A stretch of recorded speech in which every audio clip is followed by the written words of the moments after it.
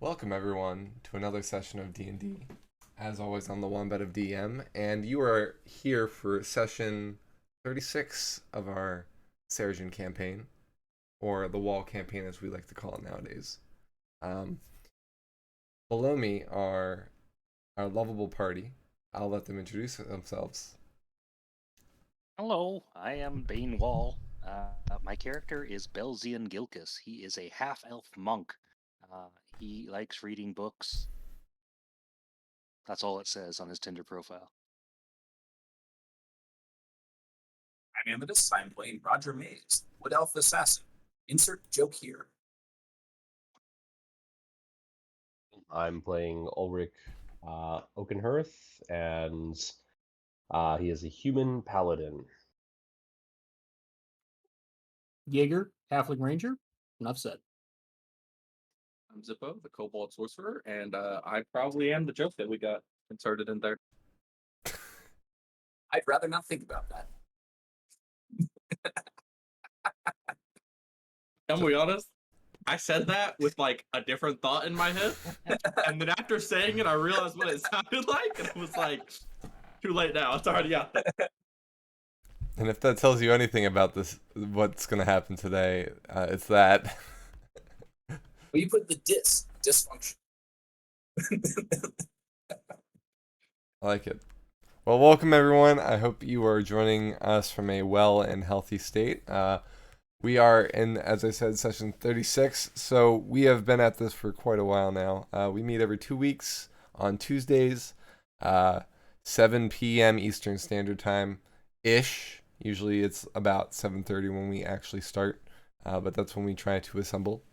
So recently in our campaign, we left the village of Aurora to the I guess the west of us now, but it is one of the three kingdoms that we are kind of in the midst of: Relic, Seregen, and Necrata.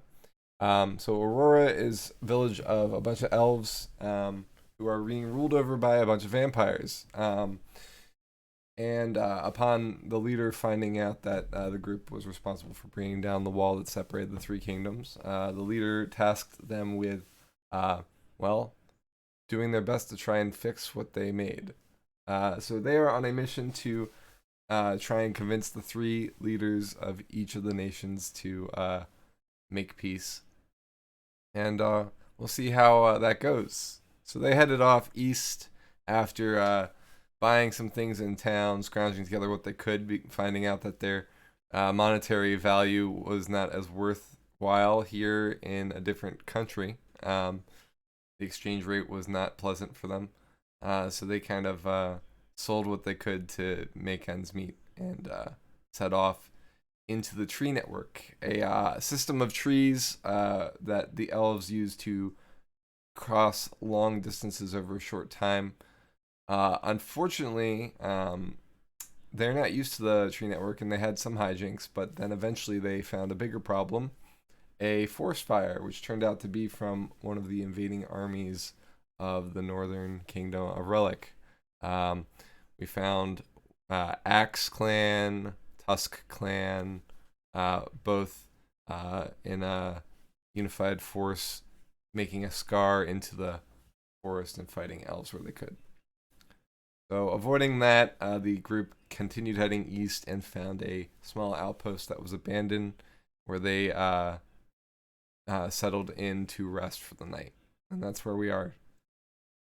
I summarized that all right? Anybody think I missed anything? Nothing important. That's it. All right.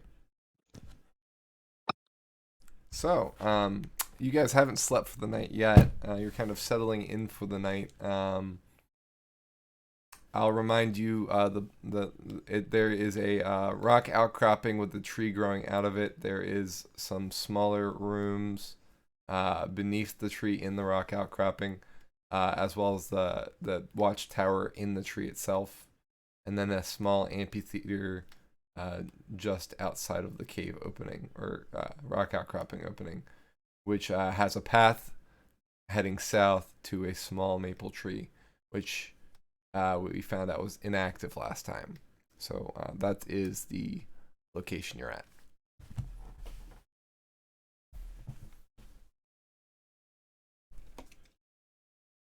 So what will you do from there? What time of day is it? It's evening. Let's go to sleep. Well, those of us that have to go to sleep.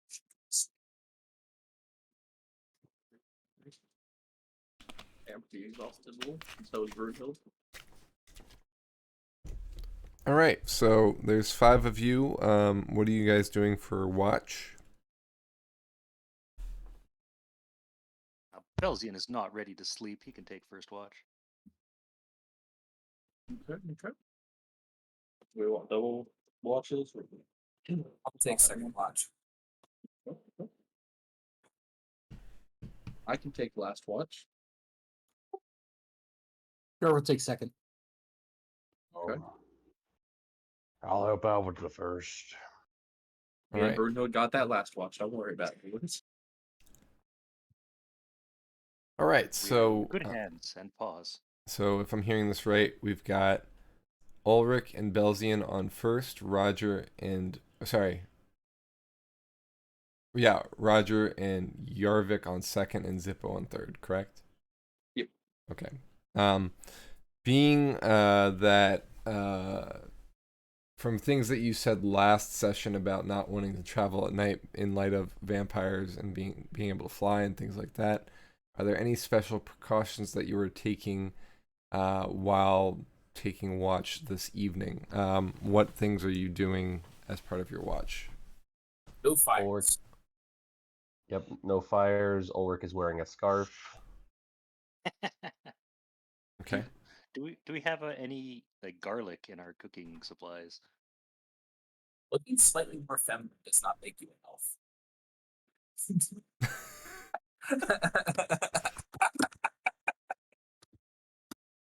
Being slightly out of season does not also make you an elf. Elves are supposed to have good fashion taste. I mean, I'm not trying to be an elf. I'm just trying to protect my neck as little as I can. Aren't you a little warm in that thing? Yeah, but I also wear armor most of the time, so, sweat's just part of it. I see. Yeah. It probably smells terrible in there. Oh, yeah. So anyway, let's figure this out. So we're not going to do fires. I think... Do we have any other vampire deterrent to hang around our camp, or anything like, not like a motion sensor, but anything that might be tripped or triggered to alert us of others entering the camp? Well, I don't have. Nope, don't have that spell. But I was gonna say, Wombat, did you say that this? Am I correct in recalling this is an abandoned, like, dilapidated homestead of some sort? It's not dilapidated. It seems to be a watch tower that was recently abandoned. Whoever was Okay. staying here left everything as it lay, almost as if it had been being used, and then, like, for example, there's clothing that is hung out to dry, meals half eaten, things not put away, things like that.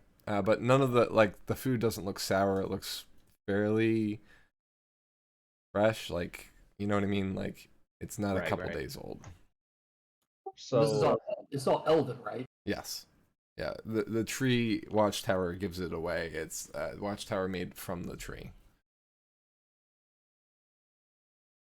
so just on stories that he's heard, because he's never encountered a vampire, he's just gonna carve with a dagger into one of the walls. Home is where the heart is. Okay. Say, and I guess, we'll keep an eye out, but don't invite anyone inside. That's simple as that. Perhaps there's a welcome mat around somewhere.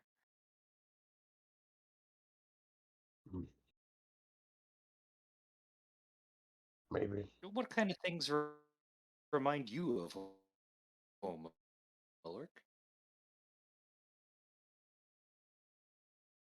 Well, there's usually a feast on the table. Nice warm fire, soft chairs, things like that. How about you? That sounds very comfortable, and in stark contrast to the monastery where I spent a lot of time. We only had rock hard tables and uncomfortable wooden chairs, so we wouldn't fall asleep in class. A good book usually takes me places, though. I don't think you ever seen one of those little libraries that people have at the end of their house driveways where you can leave a book or take a book? We might be able to set up one of those here, but I don't think the vampires are big readers. I can't imagine they are. But, have you lived in the monastery your whole life? Ah, yes, about 22 years and counting. Wow. Hmm. So you were born there.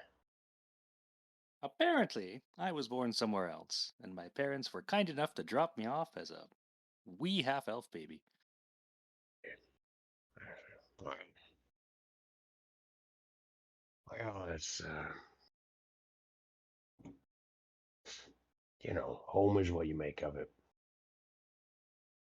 Lately, I've been finding is home is where your feet are. Yeah, true. So, anything else we can do to possibly deter some vampires?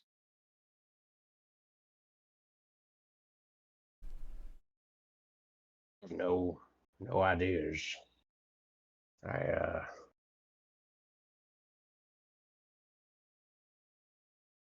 Perhaps we could ask our friend Yarvik here for some help when he wakes up after our watch. yeah. Sure. Yeah, we Oh, haven't sorry. we haven't My answer is gone to sleep yet, have we? Or I thought we were still planning for watch, or have we Are watched? we still planning? Oh. Are we watching? I don't know what time it is. I thought they were going like it was only them talking, so I thought they were going into the watch. And the rest of us Okay, was- yeah, that's fair. We can. I've been trancing this whole time. Yeah, Ulrich's like, all right, let's talk about this, and then everybody's just like, I'm going to bed. You guys figure it out. Your first watch. That sounds like a first watch problem to me. That's something marketing's supposed to handle.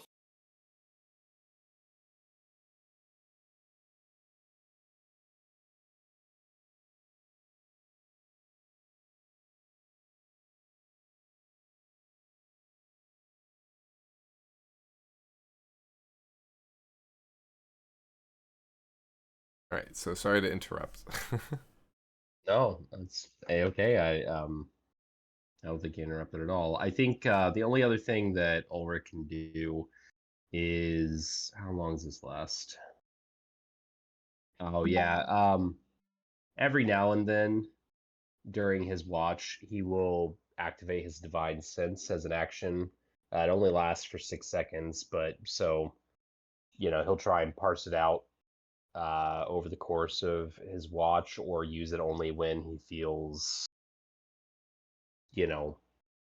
uncertain about something or extra worried.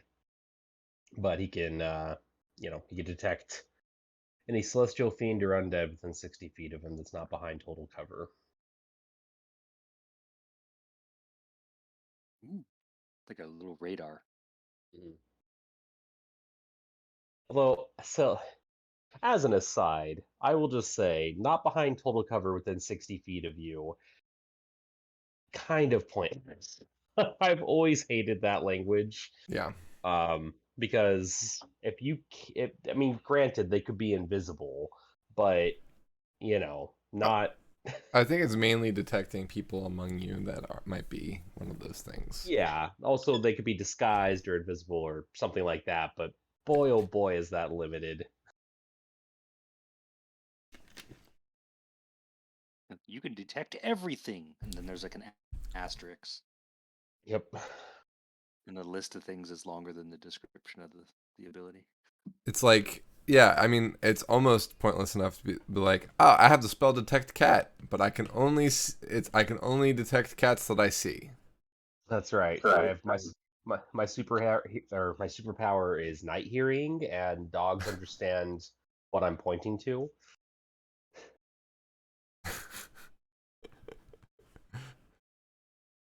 And Schrodinger's cat detection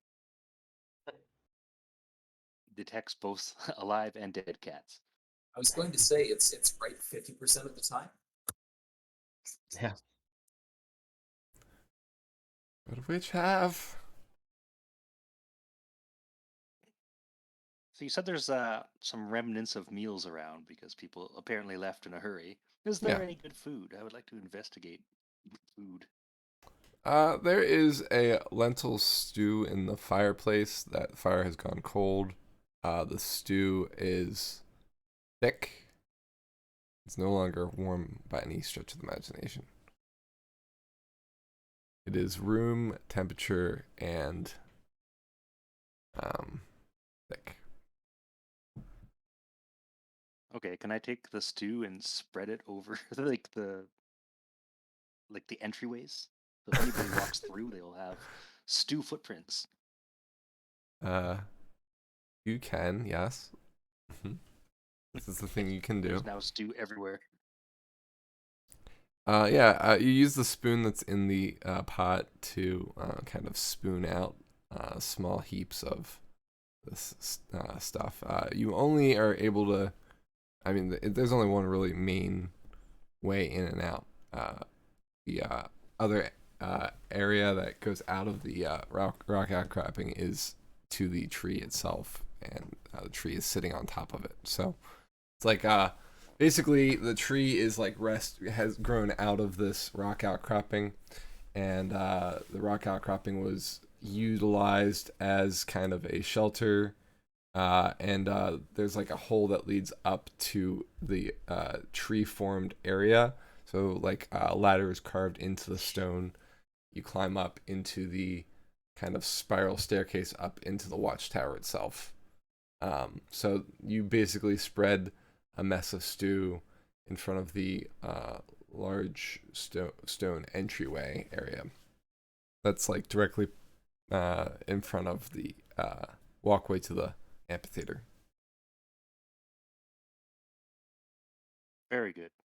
With the quill of embers, I will write on the inside where he is. Watch your step, stew. Okay. I think that's all I can contribute to preparations. Well, that is an astute tactic there. Yeah. Yeah, the only other thing I could possibly do is burn a spell slot, which isn't a big deal, but I'm going to summon into existence with Fine Steed a Mastiff. Okay. Um, A similar looking dog to Belzian's. mm-hmm. Or to Zippos? Sorry, Zippo. Zippo. Dog. Why did I do that? It's been a long day. Wait, Brunhild over here? Yeah. Yeah. So I summon another dog. I will name him Bruno, and Bruno will kind of watch for the evening, and then I will. And then in the morning, I'm just gonna. And I kind of like cover the dog's ears. I'm just gonna unsummon him because doesn't really work for Steed for me, right? Ulrich, you dog.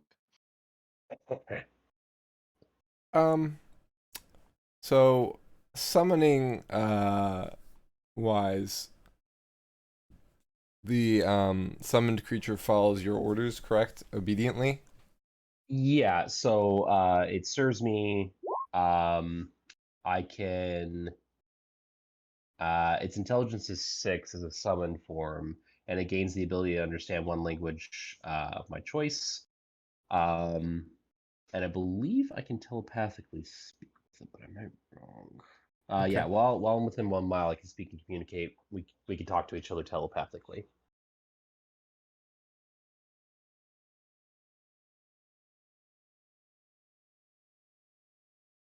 I like it. I like it. I'll And just kind of have Bruno wandering about outside, keeping an eye on things, telepathically talking with me. so this find steed.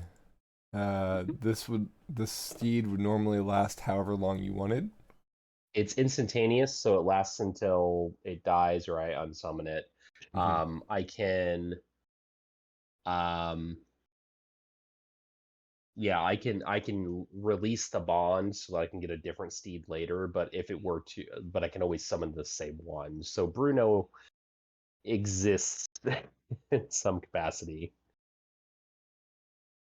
A spirit that assumes the form of an unusually intelligent, strong, and loyal steed. So it's not technically a mastiff, it's a spirit in the form of a mastiff. Got it.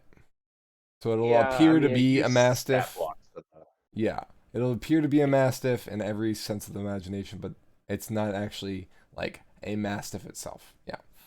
Got it. yeah, it is a celestial, fey, or fiend, my choice. So it is a celestial. Okay. And you know what? I guess I assumed it. When I summoned it, I said that I was going to call it Bruno, but I suppose I should ask. So what do I call you, little guy? Okay. So with an intelligence of 6, and it can communicate you telepathically, right? Mm-hmm. Or is it the other way around? You can communicate with Both. it. We can communicate with each other. Yeah, I'm just making sure I have everything straight here. Yep. Instead of additionally state as intelligence 6. Yeah, and can understand one language of your choice. Serves you. While your steed is within 1 mile, you can communicate with each other telepathically.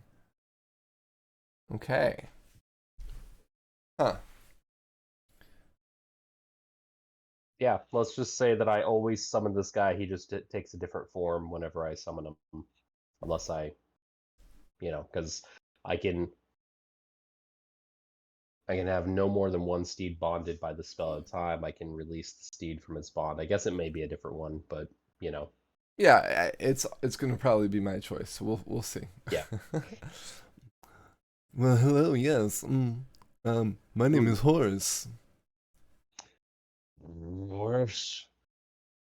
All I need you to do is keep an eye out for anyone that's not in this room. Go outside, wander around a little bit, stay kind of close to the tower. Keep an eye out. Okay, dude. I'll go do that now. And All right. and he kind of heads on out. Kind of springing a step. Happy to be in this form. Super excited. Love it. And that is absolutely the last thing I can do. Okay. Are you both making perception checks, or are you going to be counting on the dog? I'm still gonna be on the lookout. Yeah. Yeah, we'll still be watching.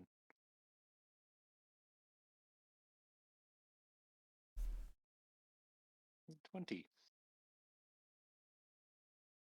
18. Okay. All right, you guys are keeping watch. The dog kind of sniffs about along the perimeter.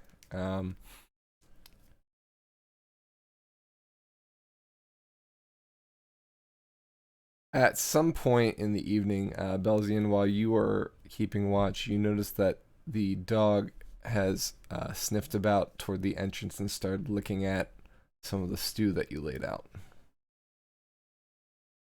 Belgian doesn't want to be noisy because we don't want to alert anybody to our presence. We're told to lay low and try to be undetectable. So he's like whispering loudly at Horace, just no, maybe trying to throw pebbles or something to distract him. Oh Yeah, Probably man. be unsuccessful. Oh man. Why you gotta be a bummer, dude? Don't eat this too. If I hear this, I'll telepathically talk to Horace. Well, he can't speak that. He can only telepathically talk to you and understand Right. the language of your choice. So, like, you're hearing that in your head from Yeah. Horace. And I will just be like, Horace, just keep on task, please. We'll feed you in the morning. But you didn't say not to eat the food, man. Well, now I'm letting you know you don't eat food. You keep a watch out because, frankly, I can summon another one of you in 10 minutes. Hey, man, you made me. I mean, come on. All right, here I go. And he goes back to business. Elzian is pretty sure that his efforts did that and looks pretty smug. Yeah, it's a good catching that.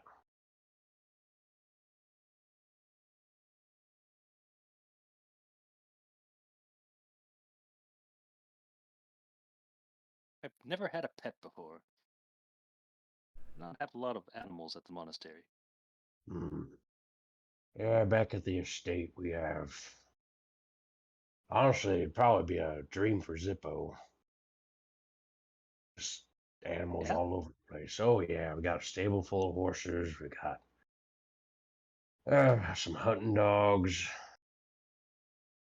a few songbirds. Wow, sounds like you got quite the menagerie going there. Maybe one day we can all visit. Yeah, we'll see. We'll see.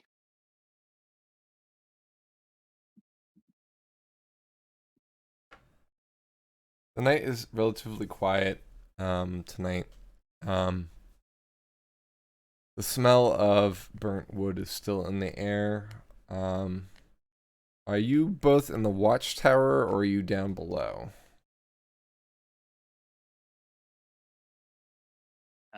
I would have opted for the watchtower since we don't usually get the benefit of one of those. Yeah, I think if you're in the watchtower, Ulrich is at like the. I mean, I guess he'd be up there too, but he like tries to make his like rounds of being up there and then being at the door. Mm-hmm. Okay.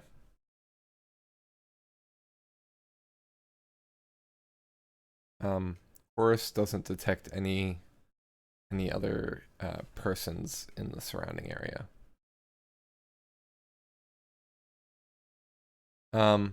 Yeah, so as I was saying, the environment is relatively quiet. You still smell the smell of burning wood, and from the watchtower you can see still some of that obscuring some of the night sky to the west. You can even make out some glow from perhaps some still smoldering forest close by. But for the most part, the glow is brighter the more south you look.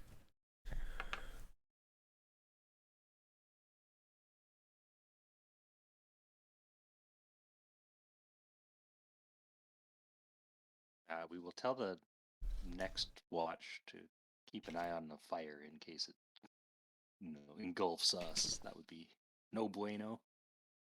I don't think we have a smoke detector. Yeah, I plan on having Horace just continue on through the watch. So Horace will wake you if he detects something. That's right. Right. But only if it is that I will make this very clear to Horace. I only want to be woken if it is trying to get into this tower, and if it is let me think. Bipedal. Okay.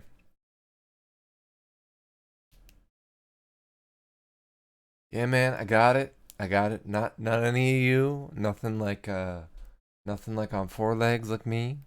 Just something that walks around on 2 feet and isn't one of you. That's right. That's right. It's a good boy. Thanks, man. Yeah, no problem.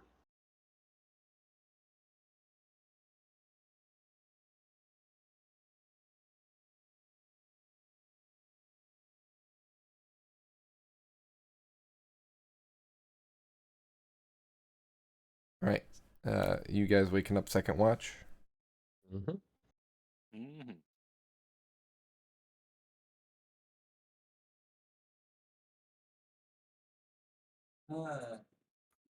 Yawn. Second watch. Is the summit course still out there?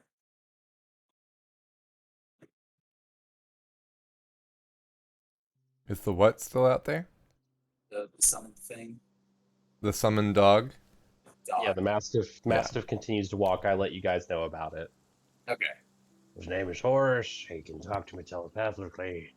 So even though I'm asleep, I can be woken up if he spots anything, and I did tell him just to bother me if it's bipedal and not you. When does he disappear? When I decide that he disappears or if he dies. Okay. There's no time limit on this.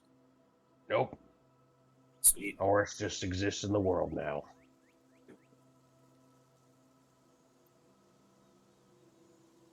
He's totally tubular, dude. Always has.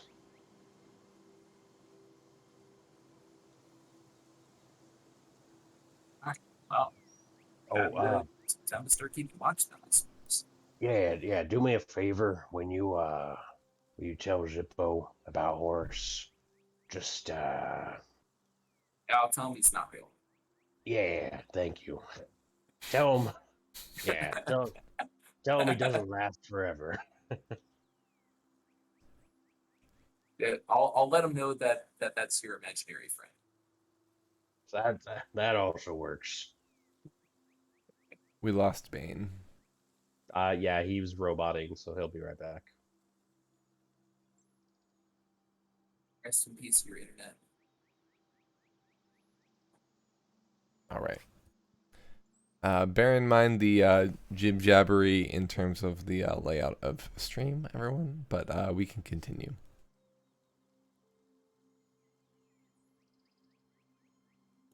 Yeah, Jorvik is going to post up. I cast Dark Vision, and then he's going to post up in the watchtower. Just keep an eye on the fire, see what's going on, and just general awareness at night. With a terrible roll.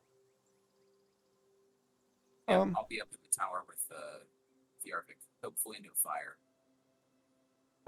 How long does dark vision last? Is it 8 hours? Should be Okay. 8 hours. Yeah, it's 8 hours. So it'll run through the night. You were ahead of me in posting that. I appreciate that. Learning some good habits in this party. I love it. All right. So you guys are posting up. Belzian, do you pass off anything as you're doing watch stuff? Like the stew? No. I think the note speaks for itself. Okay. The Like note... It's glowing letters, right? Yeah, but the glowing letters faded after an hour. Okay, Belzian forgot and then did not tell Yeah, anybody. okay. Just do in the dark in the doorway.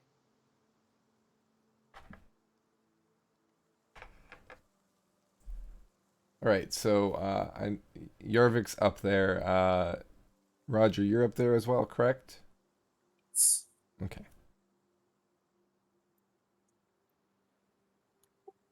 Jarvis just idly asks, so I know you were involved in some thieves guild, for lack of a better term, dealings in Seregen. Do you think they have anything like that here? Is there a way that maybe you might be able to make contact with one of those groups of conspirators? Strictly speaking, it was spying. And the method that Raynard gave us for contacting his allies by the Elven capital is very similar to how I spoke with the Flames of Jade.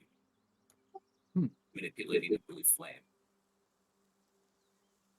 Strange that such a you just wouldn't have thought that would have carried such a similar means of communication over 3,000 years of not talking to each other. That's interesting. I'm amazed that us Seragenites held on to it for so long. Clearly, it's than we thought.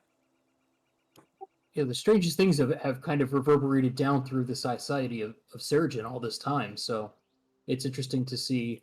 Unfortunately, I don't think we're going to get to spend a lot of time down here, but it would be really interesting to see how our societies mirror each other. I don't think we're going to get the chance to get that in depth. We're just having the trouble not getting shot at. Indeed. Yeah, it's strange to say, but I still almost feel safer in Relic than we do here, despite all of the Goliaths, giant beasts, and such. I think it's because the danger there is very direct. You know the threat, you see the threat, you can handle the threat, or you can't handle the threat. Here, the atmosphere is completely different. You never know who's truly a friend or an ally, or the dark specter of the vampires and what they can do. It's a much more foreboding environment over here. I'd personally rather go poke somebody with an arrow over in Relic. Yeah, I suspect that wears on the people here. Say that again. I suspect that wears on the people here. That wears on the people. Got it. Yeah. It must. It must to be constantly under that pressure. You being an elf, maybe you're built different than halflings, but that is a lot of pressure. Certainly, I don't think our humans could deal with that as in as long a term as possible. You and I. Even if what Brainerd says was true, even some of the elves succumbed to it. He warned us that many elves here would not be our friends. I guess they've developed such a, they've had to do what they've had to do for survival for so long. That has to eat them up. Maybe. I certainly wouldn't want to cross them. We'd be turned over in a heartbeat. Yeah, definitely not.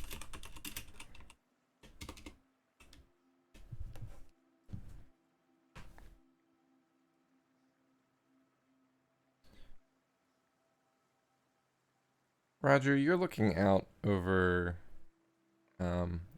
probably presumably the direction that you came in anticipation that barbarians might make an entrance, or if there are any incursive vampires, they might come from that direction, given the enemy is that direction as well. So you notice this immediately.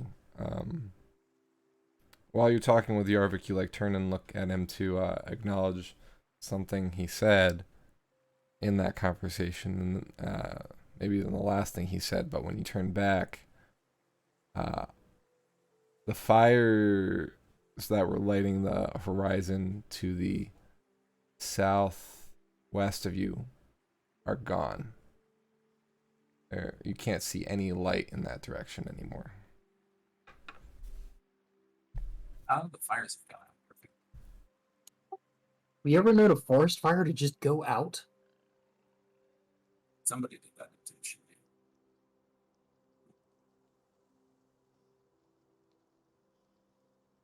I think somebody's acting purposeful for that. How far away is that?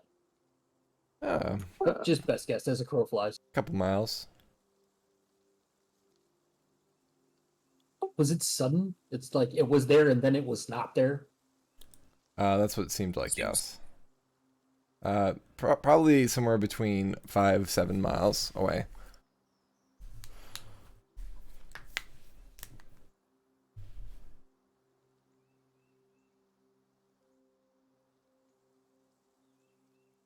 Should we make the others, or should we wait? Let's keep an eye on the situation. Let's get them some sleep because we need some rest. We don't know anything yet, and all of a sudden everybody getting out and getting on the move. Right now, we're in a relatively inconspicuous position with good fields of view. We're not going to have that as soon as we leave this position, so let's just keep an eye on it. Makes sense.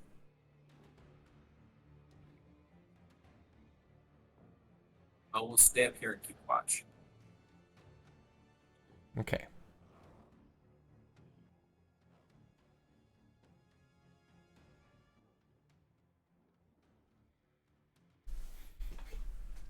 Actually, everybody's inside. Yes. I'm gonna lay out caltrops at the entrance. Okay. As you're laying, you go down and you lay caltrops toward the entrance. You see a line of stew in an arc along the threshold of the cave. You see some of the stew has been licked up or tried to be wiped away, maybe.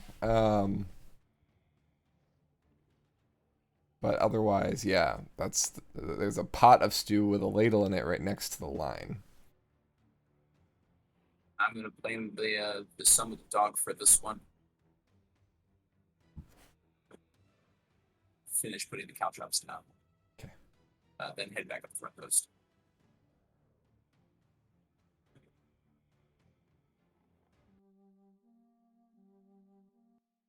I'm trying to. That song was a little too aggressive. I was wondering if that was foreshadowing something. It's called Terror in the Woods. So I was like, well, we went from forest atmospheric to Terror in the Woods sounded pretty good. Yeah, this will be fine.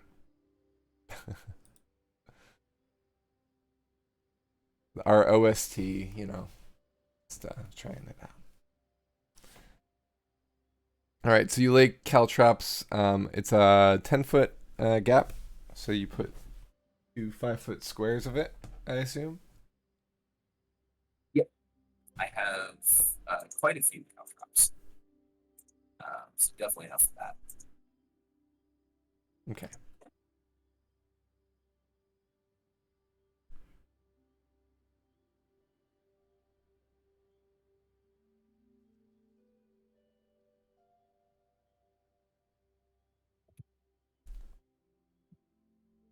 Anything else?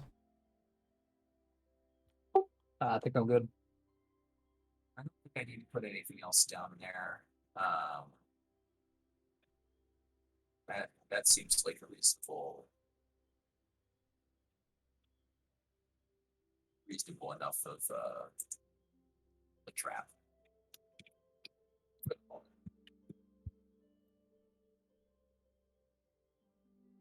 It makes some noise if anybody steps on it.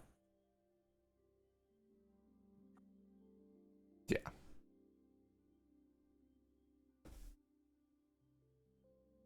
All right. Are we going the third watch? Wakes it go up. I will inform him of Ulrich's imaginary friend, and all of the spikes that I have tossed down in front of the door.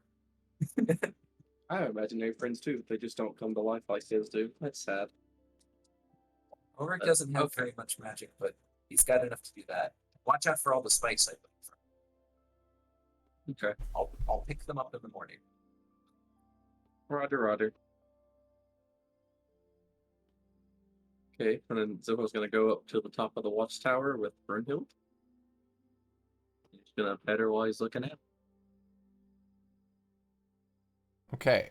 So for Brunhild to get up to the watchtower, she'll need to be able to climb a ladder that's 10 feet. Oh, I thought it was like stairs. There are stairs after you climb up a carved ladder out of stone in that rock outcropping. Now, given that you have the ability to fly up 10 feet, you might be able to carry her up, maybe, but you'd need to do a strength check for that. I'll just let her sleep then. Okay. And I'll go up and just watch out over the thing. Get normal rope because it's still night time-ish, right? Yeah, it's still nighttime. Oh, boys. Okay. Oh, I'm gonna go ahead and just use my inspiration. Okay. Okay, that's much better. It's not a 1. Does Brunhild usually wake up when they raise you? Because you usually sleep with Brunhild and you have to untangle, right? Yeah, normally she does. So I Um, try to when I get up, I try to pat her on the head to let her go back to sleep, and mhm. go up to watch the attack.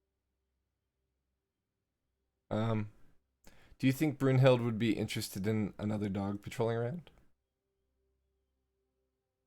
Trying to think. I would think that she might, but I feel like it would be more of like a not letting it get near the party type of thing. So she might go sleep near the door. That Mhm. way the other dog can't come in. That's my thought process. So I feel like well, actually no, she was raised around other dogs, so she probably be used to it. Yeah. So I figure she might just move over to the ladder and sleep then, like at the bottom of the ladder.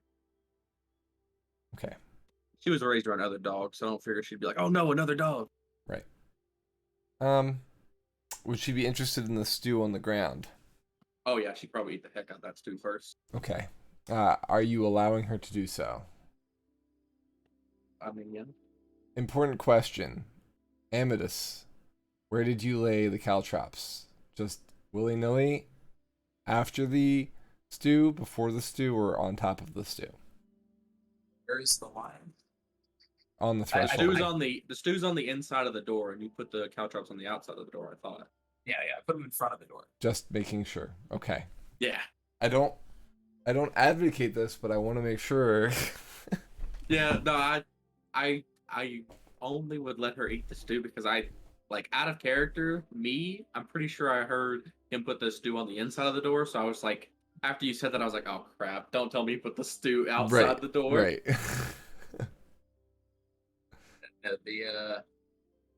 I'm pretty sure Brunhild would only eat one of the caltrops before deciding that was a bad idea. Presumably, but there's no veterinarians nearby, so we won't know how many she'd get through before she realized her mistake. They're pointy.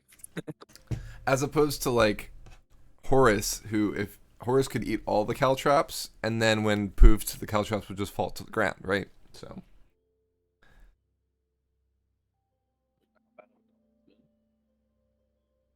kind of makes you wonder what's going to happen to that stew later. Depends on how far you got along. At what point does it stop being something? Right. Being something playing for you. It's a good question. A question that I caught most of, but you are fading in and out still a little bit, just as a heads up. So I apologize if I make you repeat things for me.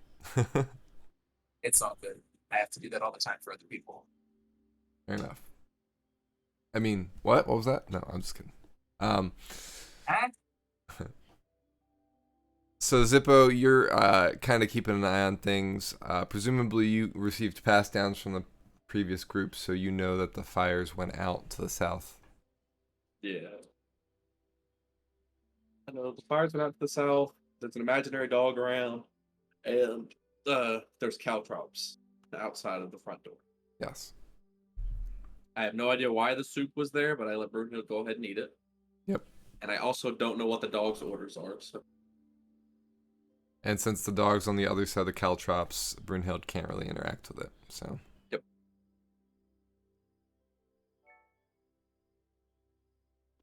Yep. For sure. For sure. Now I think Zippo would just be kind of setting up, like looking out, just like definitely looking at the fires because he's always been amazed by fire anyway. Also watching the sky because the thing that or not the vampires. I think not vampires, the rocks. That's what he's looking for because he remembers seeing a rock. So he's kind of like probably can't see all the way into the sky, but he's just like glancing up every once in a while to make sure he doesn't see anything just randomly appearing over him. Yeah. All right. The wind is blowing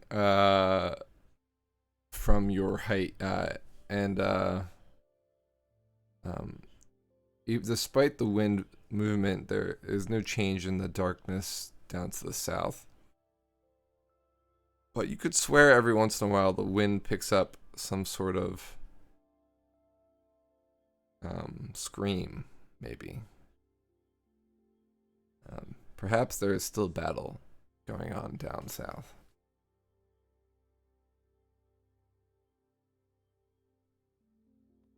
Yeah, every time he hears like a scream, Zippo look down to see if the rest of the party heard it. And just look back up.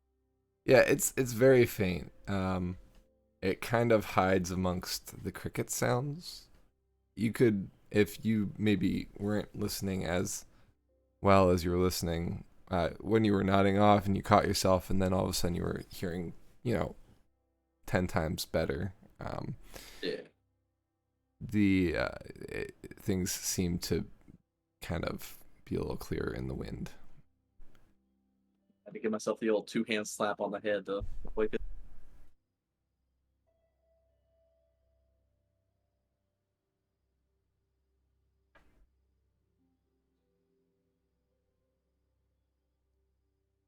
All right. While I'm on the watch, because I just seen it in my inventory for some reason. Well, I want to make sure it's still there. The Shattered Amulet of Storms. Is that something I still have? Like, is it just the amulet that I have, but it's in pieces?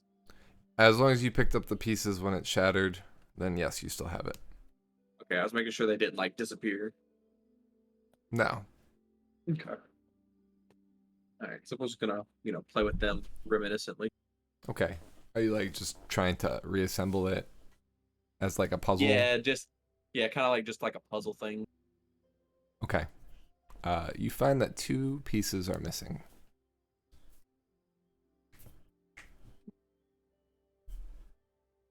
I'm going to, when I have a spare second, I'm going to open up that bag that Jordan gave me, and I'll put those pieces in order on the little table in there, and then I'll shut it up so that they know they're there.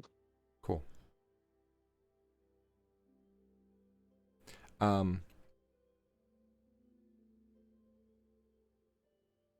The room still smells like Jordan, as if he had just left. Yeah, I also have plans for that room. I'm putting a bed in there. Once we get to the Dragonlance and I find dragon friends.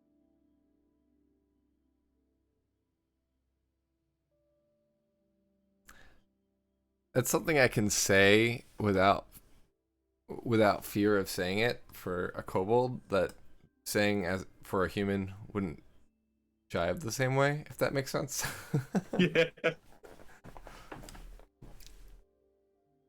Go meet the dragons. It's like the only thing Zippo has left aside from Brunhild. Aside for Brunhild and the treasure in the Vampire Mountains that he's not going to be able to reach right now, he's just got dragons. Yeah. I shall meet the dragon. I shall become a dragon, and possibly becoming a werebeast. I know we talked about that last time. So that's also on his itinerary. Zippo just wants to be all the things. Yeah, Zippo's just, the way Zippo sees it is, he thinks, like, in his mind, these things are like the epitome of, these are things he's never seen before, for one, or at least not that he can remember, and 2, they're things that, like, from the people that he's been around describing them, are like the apex of what they could be. So he's like, I gotta do that. I gotta be strong. Yeah. He's super ready.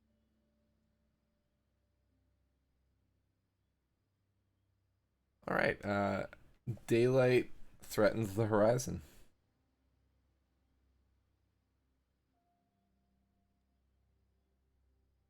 Dawn has come. The Horus has not alerted Ulrich of any interlopers. The stew is fully gone from the doorframe, or that the threshold. And Zippo, I assume you wake everyone up for the day? Yep.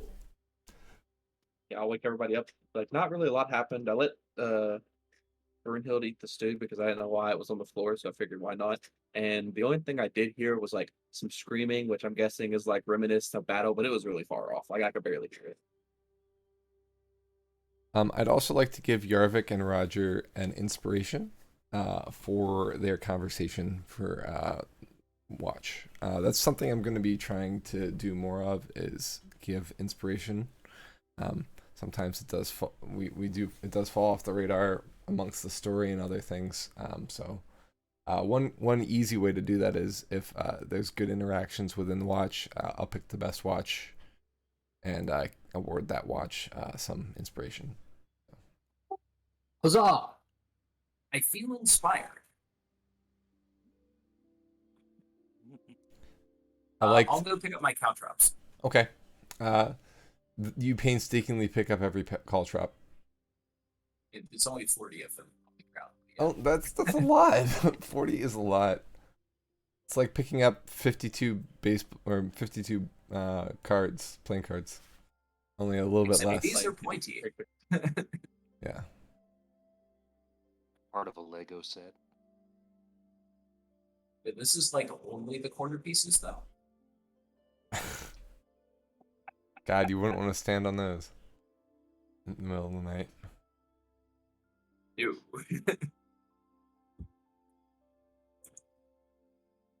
So just some dead people.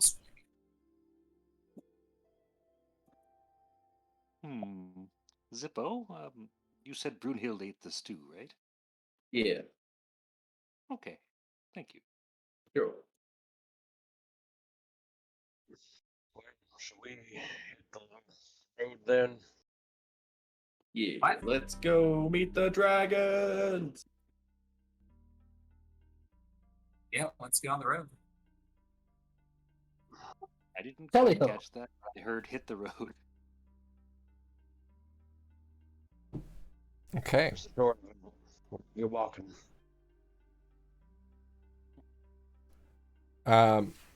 So with morning coming and the party awaking, Brunhild finally gets to meet Horace, and she's kind of excited to see another dog. And Horace is like, "What's up, dude?" And like, kind of like, doesn't act like a dog around her. He kind of is like, just like, almost like he bows, like almost like a like somebody who's in a dog suit would do. You know what I mean? Like, Yeah. um, Yeah, Zippo's gonna go up to pet Horace, and he's gonna be petting him because, by the way, Horace, I know you're an imaginary friend, but Brunhild's a dragon, so it's okay. Horace doesn't say anything, but looks over to Ulrich and tilts his head. Ulrich just thinks at him. Just be friendly with that one. And when are you dispelling Horace? You know what? I'm just gonna keep him for a bit. I mean, I don't need him for a mount. When I'm ready for a mount, I will dispel him. A steed in your stead, right? Mm-hmm. All right. Got it, boss. All right, so what's the plan? You're heading out. Where are you heading out to? To the dragon. I don't Wagons think east? we're going south. We should probably try to see if we can reconnect to that tree network to travel faster. Yeah. If we still have If there's any leaves trees left. We have enough leaves for a few more jumps. Perfect. You've jumped We can. 1, 2, 3 times. So you've used 16 leaves. So, I would posit that we are very close to the northern edge of the forest, which may allow us to travel a little bit faster than traveling through the heart of the forest, also avoiding those pesky forest fires. It may give us a chance to see other invasion parties as we move east. So maybe go north for half a day and then head east. It gives us less cover from the vampires' patrols at night, though. It's true. It is a risk. No decision here is an easy one. I mean, if we skirt, kind of, I'm just on the map, just north of the parallel that we're already on. So we'll be hitting clumps of trees and then clumps of field. Exactly, along there. The downside is inside of the like scar of where the wall was is now inhabited with different types of creatures, and we have no way of knowing what's under the mud or in the mud. But if we're in the forest, we know we're going to either run into elves or wildlife that we can see beforehand most of the time. Not all the time, most of the time. I'll We're not going to be that also close to. posit. We're not going to be that close to the ditch. Oh, I thought you were talking about us running into the ditch. My bad. No. The parallel down. You see where our dot is? Just like right. Yeah. Like Just right about like here-ish, give or take. Like. Yeah, exactly. So I will say that this map has the tree line further back from the wall, just so that the wall has space to be seen on the map. But the forest is close to the edge of that, so it's actually closer to the wall area than it looks. I feel like it would be better to travel maybe slightly south and keep an eye out for more trees to try and rejoin the tree network. Take us at least as far east as we can get with that. It'll save us a lot of time. Well, so I got a question about that. Do we exactly know how the tree network works? Like, does one tree connect to all of them? Can you go everywhere, or is it more like a road of sorts? Like you go to one tree, you're only going to go to another one. Because I certainly wasn't like directing myself when I think these are spaced such that you can only go from one to a tree. Right, so my worry here is if we go south and we find a tree, how do we know it's going to go where we want it? What if we save the leaves for like emergency situations? Like we travel on foot, and if we feel like something's fallen or something, we just dip into a tree because they have almost no possible way to know which tree we went into unless they also have a leaf. They only work on particular trees. But I mean, we already know that they're in at least two. They're in Relic and they're in the Northern Kingdom. So we know that the tree network is it passes what was the former wall barrier. Maybe it didn't then, but it does now. So if we get into oh crap, gotta go now, exactly to Zippo's point, it doesn't really matter where the tree goes, just as long as it goes somewhere that's not there, Yeah. Right. As long as it's a tree that we can actually use for travel, yeah. Yeah, that was kind of my point. But at least here, those trees have been rare, right? Maybe once every 25, 30 miles or something like that. So the maple trees that you've been traveling on were easy to spot because they were the only ones around, amongst other different types of trees. The trees that you traveled in up in Relic were different trees than maples. They were something other. It seems like they created, if you recall, they were using a specific sapling in order to make this travel happen, and they had worked really hard to do it, and it was a different type of spell, right? Like, the way you're utilizing the tree network here is very different from how you traveled in Relic. So they kind of used the same idea and tried to make it work for them in the moment to travel. And if you recall, you felt connected to all of the trees of the forest because most of the trees were the same type of tree, including the elder trees, which were bigger versions of that. So, suffice it to say that you've learned a lot about this type of travel, but there's still a lot to learn. You're not sure how this tree network works, but from what you've interacted with it so far, it seems like at least in one direction, a tree that you travel through takes you to another tree. Since you haven't traveled backwards through the same thing, you're not sure if there's options or if they're just two linked trees or whatnot, you kind of haven't learned that much about it. You've just kind of taken 3 jumps and that's it. So, in fact, there's other trees that you've tried to utilize that haven't worked, like the one here at the watchtower. So,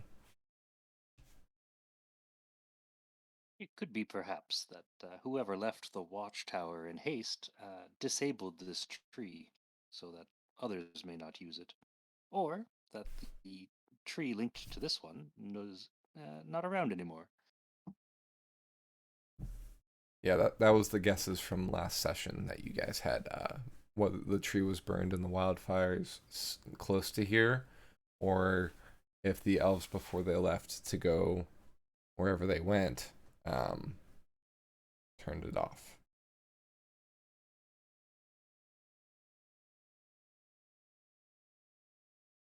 Either way, there's a few opinions here that seem valid. Some think having the more reliable path a little bit more north of here might be good. Some think south might be a better idea for getting another maple in order to try and travel along the network. You kind of know what you're looking for from the different sites you've traveled through, so that might be something to look out for. But you don't know if the northern path might have some of those as well. You know, there was that one intersection that had 4 trees, and you chose the easternmost one. With let's see, 34 more leaves, you know, there might be some opportunity for trial and error, especially since it seems like you're probably missing a jump now. So I would also say, whether it is good or bad or not, we encountered a watch station here, partly, I'm sure, due to its geographic advantage with the rock cropping and such. But this was placed here for a strategic reason, right? So if we travel east along this path, it's likely that we're going to continue to run into these watchtowers. So It's not whether actually that, desirable, though, right? We don't want to run into more elves. that's what I mean. I don't know whether we go north or south. We just shouldn't go straight east. Agreed. All I'm saying is our destination's north. True. Yeah, but the highway's to the south. and the dragons are to the east. Yep. There's a lot of And home directions. is to the west. Look, why didn't they just get on the Golden Eagles and fly to Mordor? There are so many reasons why. Well, because the golden eagles are probably hunting you right now. So Fair. I think personally, we should either go via close to the wall but near the tree, so we still have a little bit of cover in case the rocks come. But that also gives us the opportunity of the Tusk clan, or whatever clan is up there. We're assuming is the Tusk clan because they're on elephants, or at least Zippo is. We have a chance of them. We don't know how far their territory is, and we know they're allied with the Axe clan, which does not like us. So it's 50-50 shot, and if we die to them, we don't know where the Rock clan is based, or do we? I think we do actually, because it's on the map, and we have a map. So we know Yeah. the Rocks are really big birds, though. So 50-50 shot, they fly over us and catch us. I would say we either have to make sure we stay in the tree line if we go along the way, or go through the trees. And either way it goes, we got to go to the dragons. So we should go to the dragons.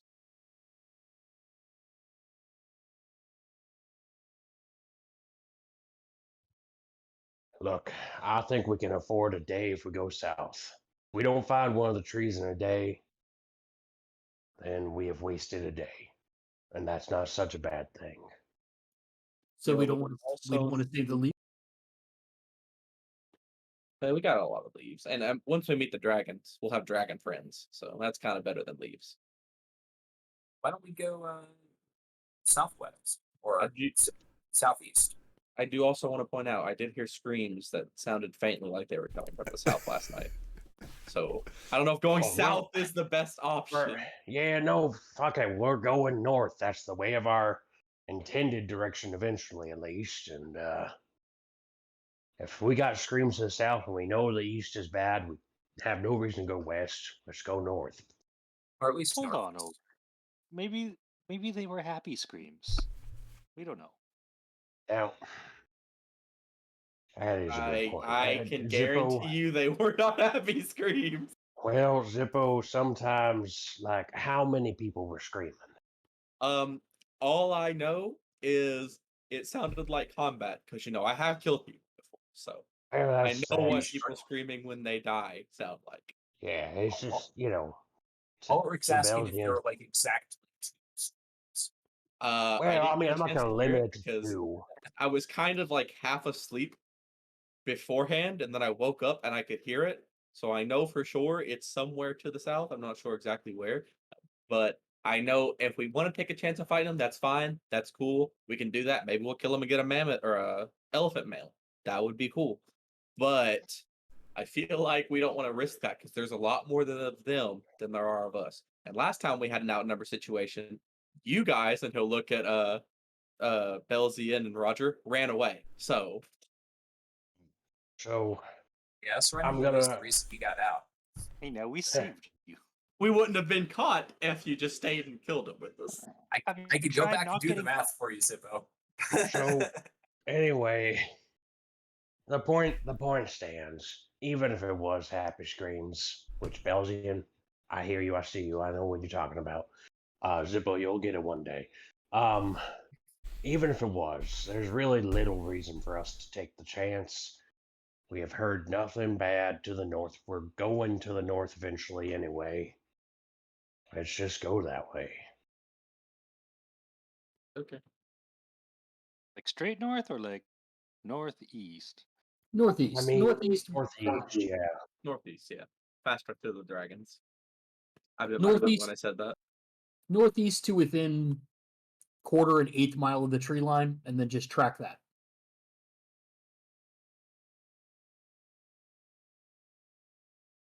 Gives us good cover, and then usually there's less ground cover, so we can move a little bit faster. And I think that's a good compromise. I'm not And we sure might run how this across it. goes. We might run across the tree. Who knows? This ranger technical speak, but I do trust you. I'll follow the tracker.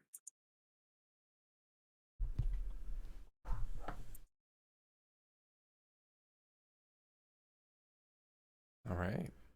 So we have decided to go northeast until we reach a certain point, and then going due east or continuing across the wall gap. Directly east after that. Okay. We're not. I don't think anybody's interested in going back across the gap. That would be a great defensive barrier for us. If the Tusk decides to start sending something over, at least we have a little bit of warning. Yeah. Because you said it's very marshy, so it's going to be a challenge for anybody to get across that. Anybody on foot? Well, even an elephant's Even going to have to ogres? slow down a little bit, right? Yeah, but bird won't.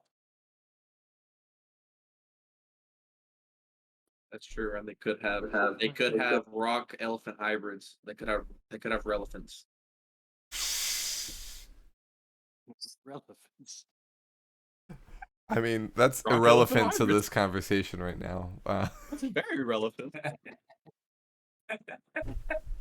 Telling me if you've seen a like rock body with an elephant's head and rock wings with an elephant's feet as claws, like it has like the claw thing, but each of the individual claws is an elephant's foot, you wouldn't be scared? I would. I'm suddenly reminded of the scene of The Office where Michael Scott is like describing different animals. What if it's got the head of an egret and the body of a heron? Or it's just a he's chimera. describing his vision of God. Yeah, but what you're describing, Zippo, is a chimera. Like that's. You never know. We never visited them. Yeah. Ligers are totally Ligers are totally a thing. So are I saw a zonkies. dude turn into a tiger, so All cards off the table. There's also Liguars too, which is a jaguar and a lion.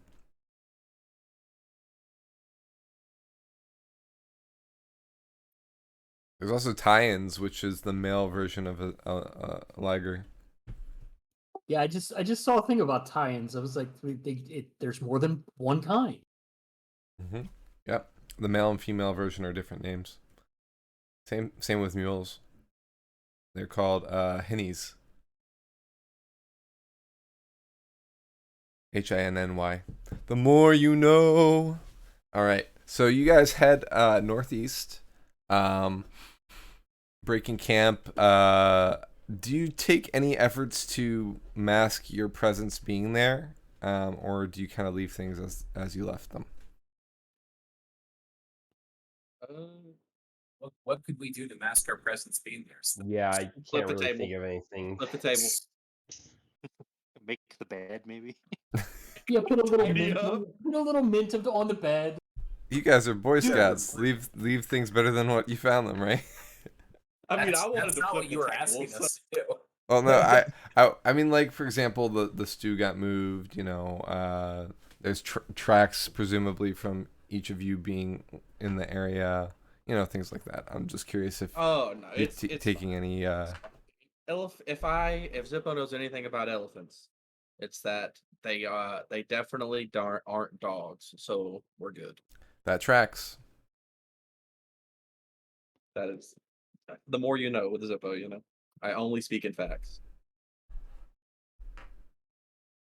All right. So you break camp and head out. Phalanxed on either side by two mastiffs, Brunhild and Horus. And yeah.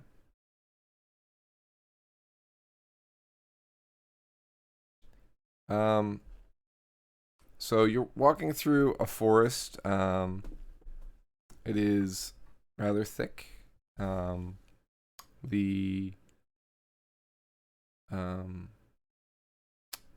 day is warm and humid. If you've been in the Northeast lately, it's one of those days that we've been having for the last couple weeks. If you've been in the Southeast, it's what we have It's all what you have summer. all summer. Yeah. So for those of you wearing heavier clothing or scarves, it's mildly uncomfortable. But nothing you can't manage without a little bit more water. Is anybody doing anything while you're traveling along your northeasternly path? Zippo's going to since he's on Brunhild, he's gonna pull ride Brunhild over next to Horus, and he's gonna pet Brunhild and Horus at the same time while he's walking. Okay, Or while he's riding Brunhild. love it. I'm going to hold up one of the leaves in my hands and keep an eye out for any more trees that might be connected.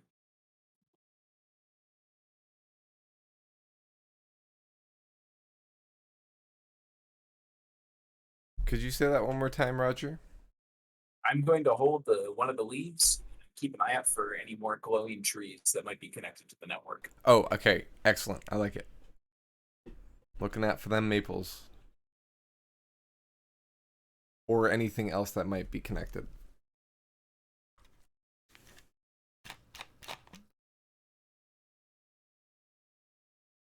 Belzian, Ulrich, Jorvik. I think we're attempting generally to move like stealthily, aren't we? Or are we just traveling? I think. Go ahead. I was just saying, I'd say we would try to keep a low profile, but I don't think it would necessarily. I don't know. Is there like a stealth light thing that we can do? Just being like aware and cognizant. Isn't that just traveling? Moving slower, I think. Yeah. There's either stealth, which is going to be half move speed, or just normal travel speed. I think speed is more important than stealth. At this Yeah, I point. agree. You could also attempt to double your speed, but you could have more mishaps.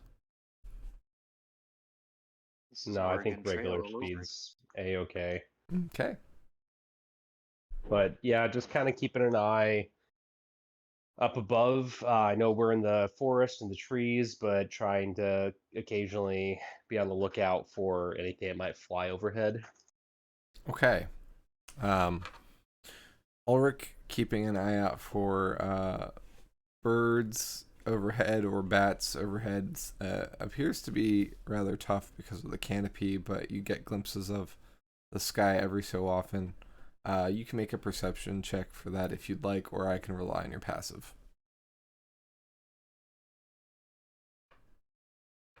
I think he's actively doing it, so Okay. much as I'd love to just take that static number. Just an 11. All right. Yarvik is. So I believe Yarvik is normally at the front of the group here. Correct. He's just going to try to learn a little bit more about this new environment. He didn't really get the chance to check out much in Relic.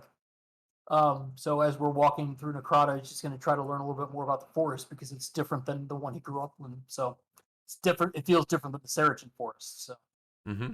It does.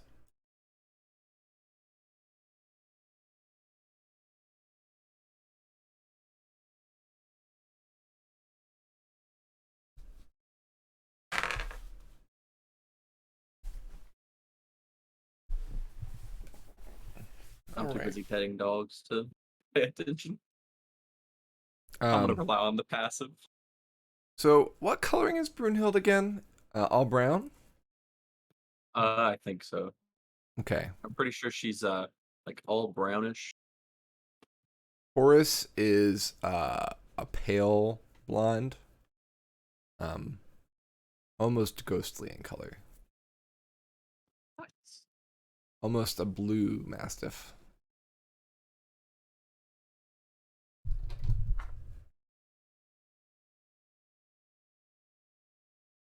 All right, you make way throughout the day, and you get up about here before you start heading east.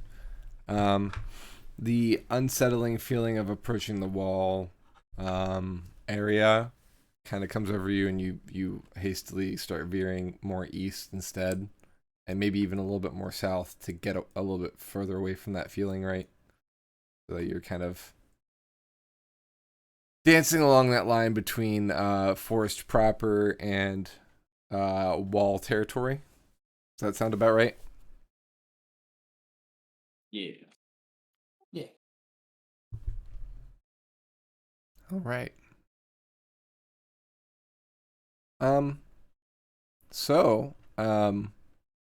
Ulrich, along your travels, you see some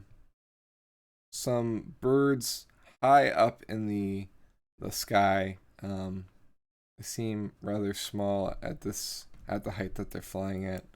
And that's about the only glimpse of things flying that you see. So your bird watching exploits don't seem to come up with much. Yarvik.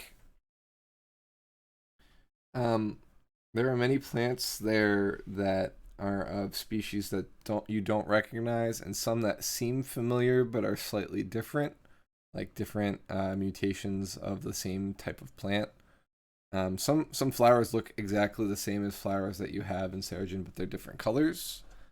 There are also some strange creatures like two-tailed squirrels and things like that, like just variants on things that you're familiar with that make things just seem completely foreign yet familiar at the same time. But you also remember that something that Gormir told the group on your first night in Necrata, which is be careful of the heads with wings.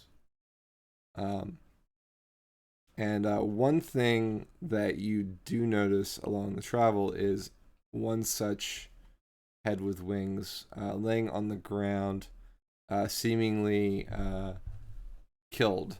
The skull of this head has been crushed, and it is just laying there,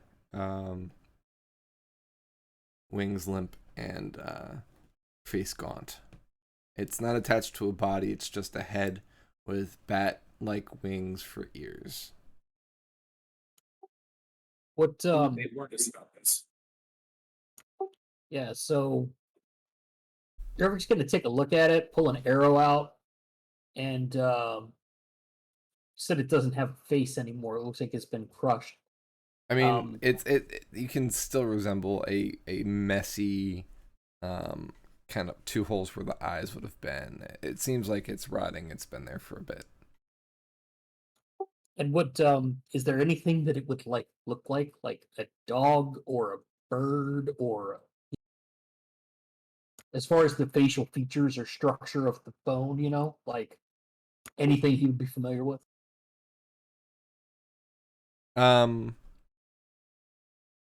So you're asking what type of creature the head might have looked like beforehand? Yeah. Does it look like a flying dog's head or a flying Ah. bird's head or a flying monkey's head? It's definitely humanoid. You could do a survival check to see what type of humanoid if you'd like. Is it survival? Mm-hmm. Oh, I see. You rolled nature. Got it. Yeah, that was earlier when we were Okay. just walking. Got it. So, it's got pointed ears. So it could be elven, or that could have been maybe part of whatever it is. But it does seem to have angled features like an elf.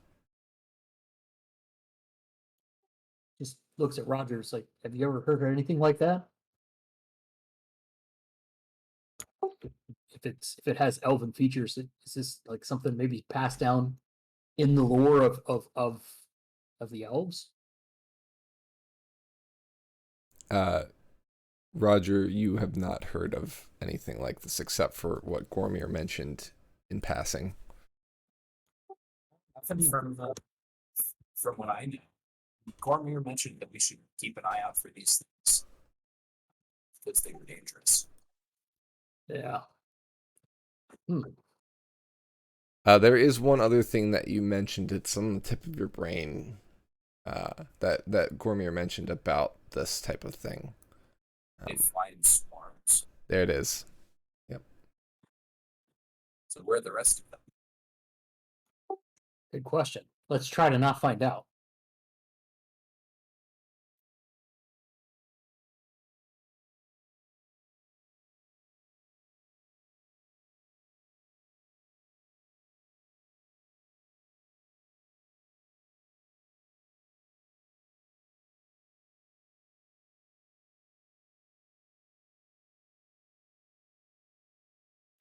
I think with that sobering find, we're just, carrying on, but maybe just a little more wary than we were before.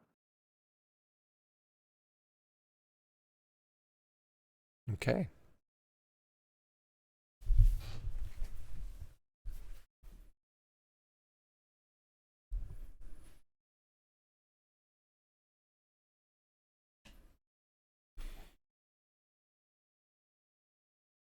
All right. So, you've traveled for about a day now and are fairly worn out at this point.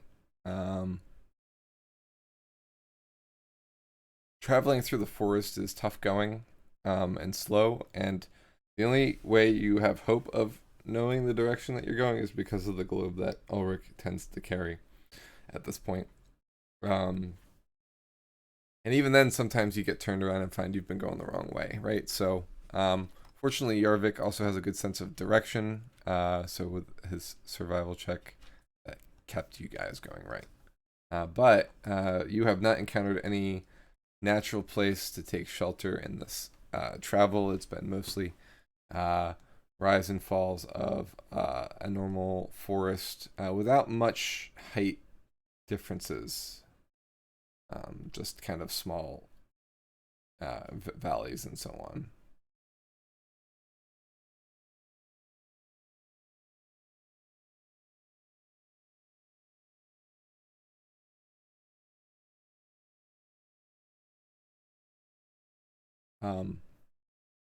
So, what is the plan as night begins to fall? Did I lose everyone? Think Okay. All right, cool. I'm going We're to just lost in the forest. definitely take last watch again because I enjoyed that. Zippo likes to be the last or the first one up, essentially. And he'll take last watch. He's definitely gonna lay down next to Brunhild, and he's before he goes to bed, he's gonna pet on Horace and be like, "You got this, buddy," and then he'll lay down next to Brunhild. How exposed are we? Place that we're choosing to set up camp. It depends on where you choose to set up camp. I don't know yet. How hidden of a place can we find at this time of day? You could maybe camp out under a tree.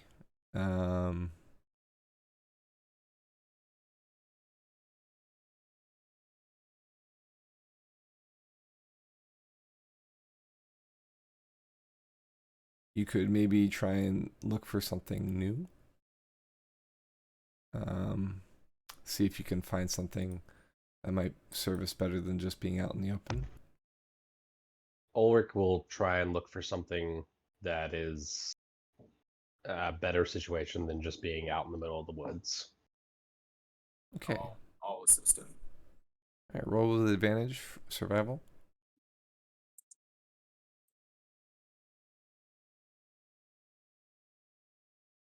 Oh, my survival's actually worse. You know what? I'm also gonna just burn an inspiration. Okay. There we go. All right. All right.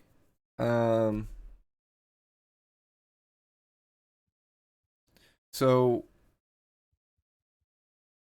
while you don't find any more rock outcroppings or convenient camps anywhere in the vicinity of where you're at, there is a tree that has fallen and kind of gives some cover on one side so that you only have to look one direction, or maybe even set up some sort of covering to kind of block out some of it to make a more like you could drag branches around to like make kind of an enclosure, right? Or a lean-to.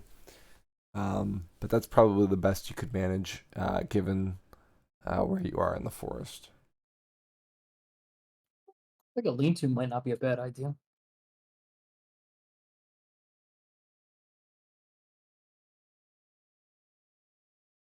Of course, some assembly is required for this camp.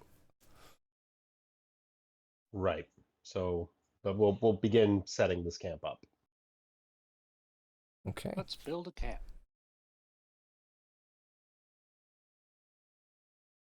When they called it make camp, they weren't kidding.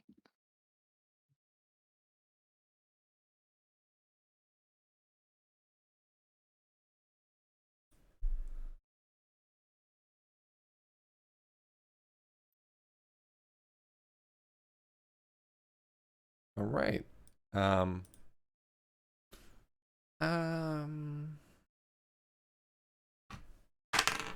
gonna count the lean-to as part of your survival check. Actually, you find the place and help to construct it and tell people what to do in good old Ulrich fashion. And from there, the group begins divvying up watches, making dinner, and whatnot. Do you cook dinner tonight? Are you eating rations again? What's the plan there?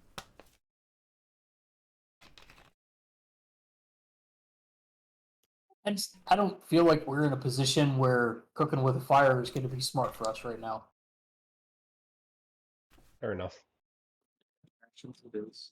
But There's a fire yesterday, ban, the forest is not dry. today. Flying if it ain't but begin tomorrow. All right, and as we are prepare for watch, I will say let's break for our 10-minute break. Okay. So we'll be back at 9:12. Can we have a fire? Yeah, I mean, if you'd like to Feel come free and to make light one it in my out. backyard. Yeah, feel free to light one. Preferably not inside. Yes. Too All right. late. We'll see Sorry. y'all real soon. We'll be right back. We are back from break. Welcome back. Thank you for your patience. I hope everyone's good. I hope everyone has enjoyed their own break. Or if you just fast forwarded from the VOD, welcome back. So we are resting for the night, correct? Yeah. I believe so. Same watches? Sure. Yeah, we can keep it Yeah. a little bit the same. Or similar.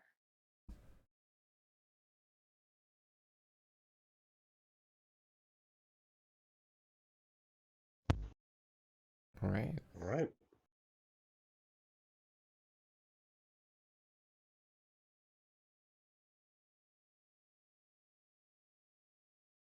So it's Belzian and Ulrich. Yep.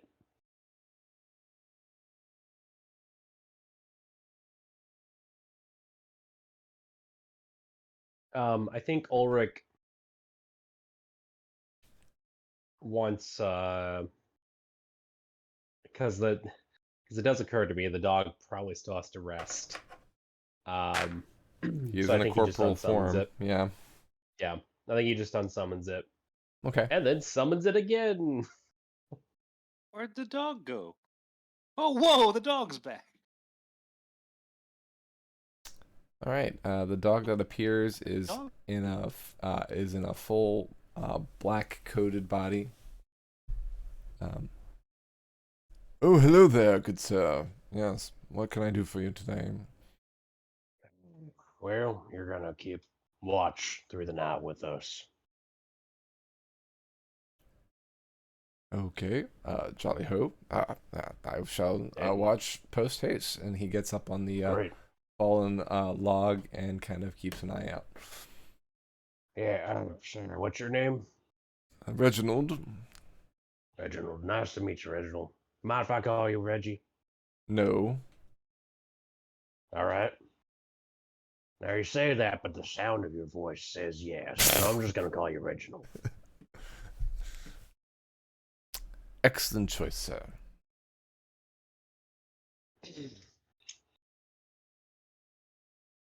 Oh, Ulrich, you mentioned you got a lot of dogs back home. Yeah, I got a Is few. this where these dogs are coming from, or is that where No, they end up? no. This is all just magic. Magic.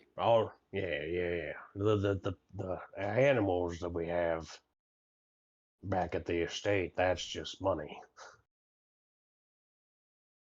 The dogs are made of money, like a golden hound, a diamond dog, if you will. No diamond dogs.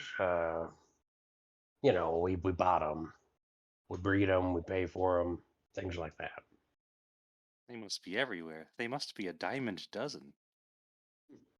Last I was there, we had 6, but one was on its way out, I'm afraid.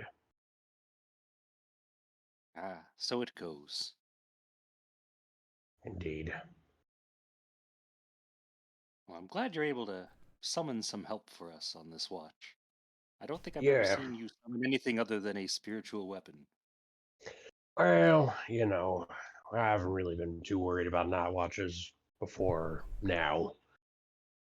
No? You know, well, being in prison's no fun, even if it was only for a few days, and they really was more of a ward situation, and we're next to a war zone, and I'm not really fond of the idea of meeting a vampire. So, all the eyes we can get. Mm-hmm. What if the vampires can turn invisible? or Well, that's why I went invisible. with dog, and that's why occasionally I'm going to use my divine senses to try and detect undead. Dog Okay, can sniff I'll them use out. my Hopefully, eyes. You use those. there you go. That's right.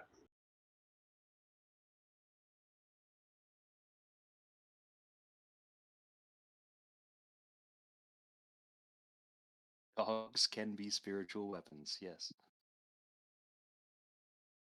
Helps if I roll, doesn't it? There we go.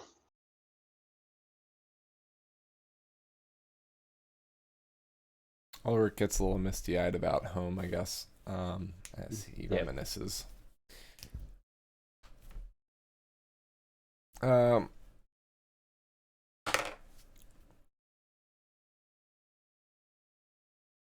all right. Belzian, you have dark vision or no? Dark vision to 60 feet. Okay. So not terribly helpful outside, but still there.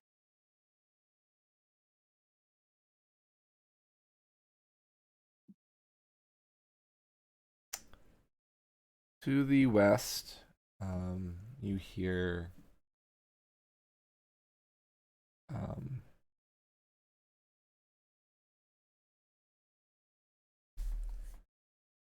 a sound. It's faint at first, and then it sounds like almost like so like you know how like flags fly in the wind. You might have had some flags or tapestries hanging from your monastery growing up. It sounds For like sure there would yeah. be a flag of the ruling family or something at the front of the monastery. Okay. So the sound sounds like a flag flapping in the breeze, like a rapid breeze, like a gusty day. But then it kind of increases, and it sounds like many flags flapping in the wind. Like a whole team of athletes going crazy with their towels in the locker room, just flop, flop, flop, flop, flop. Yeah, sure. Oh. What's a locker room? There'd be like changing rooms or something There you go. in Seregen. Yeah. Maybe, I don't know. I will find Ulrich and give him one of those quieted, yo, do you hear that? Gesturing to the west. I, I mean, I suppose I hear it now. I'm not really sure. With the breeze of the night, it's harder for you to tell what Belzian's talking about, but you take his word for it. What do you think it is? It sounds like the flapping of a flag, and the only thing that I can think of that could flap at the moment would be little flying things. Supposed flying things. Well, if you think it's multiple flying things, and it's nighttime, and I'm just gonna throw it out there. It's either a horde of bats or it's those creatures that we saw the dead one along the way. Which I Roger suggest we did. take cover. Yeah. Uh, fuck. Uh, let's just kind of hunker down and keep an eye out for it. I think going low to the ground is probably the play here. Yeah, I agree.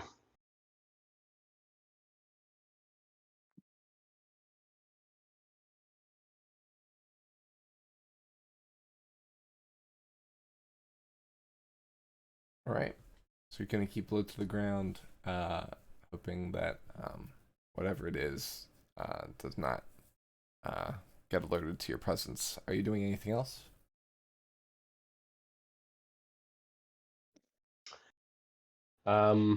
I telepathically ask the dog to, I think, kind of like head in a. You said it was what direction again? West. Okay, yeah, I asked what Reginald to, which is the direction we headed from. So I think I asked Reginald to head in a southwesternly direction for about half a mile and then to cut back up north and just stay within a mile of me. I want to have eyes on the situation. Can you see through or No, yeah, but I he didn't can think so. But he telepathically could communicate. telepathically. Yeah. Okay. All right. And if something were to attack him, he's got what? About 5 HP, correct? He has Yeah, if he's a mastiff, he 5 has 5 HP. Yeah, HP. he has 5 HP, but I don't think that. I guess Fine Steed doesn't give you anything else on the HP. I would assume it did, but I didn't see anything like that. So Yeah, no, it doesn't. That's fine. He has 5 HP. It's still informative, and you don't have I'll any deal with that. steed rules in addition, like as a paladin, or is that a 3.5 thing? No, this is it. That you're thinking 3.5. 5 Steed is kind of the. There's another spell called Greater Fine Steed, but Fine Steed is kind of the ancillary to that, or the 5th edition version of that. Okay.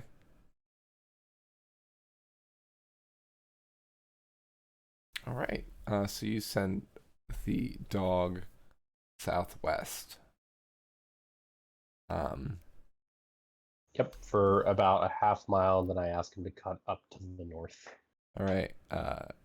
I'm off, tally ho, and he begins running off south west. The flapping. And What was that? and just because I wasn't clear enough when I say half a mile, I mean that, and then I just want you to go kind of the back to the middle distance. I don't want you to just keep going north. You know what I mean? How about I continue telling you where I am until Yeah, tell that me to works. That stop. works.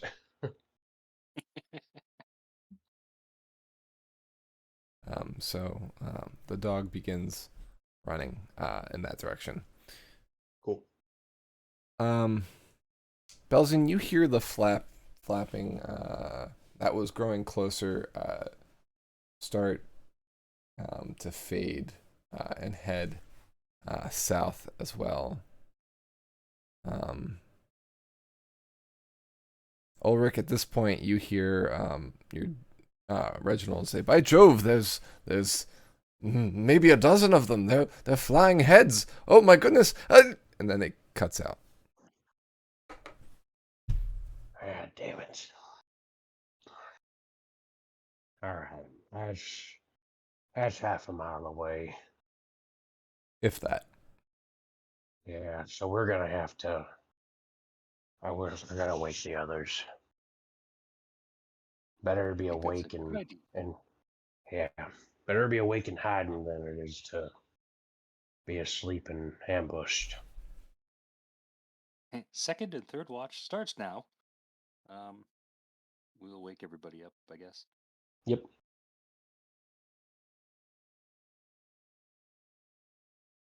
Ooh, can we wake them up with the rings? Or would they be too sleeping to hear stuff?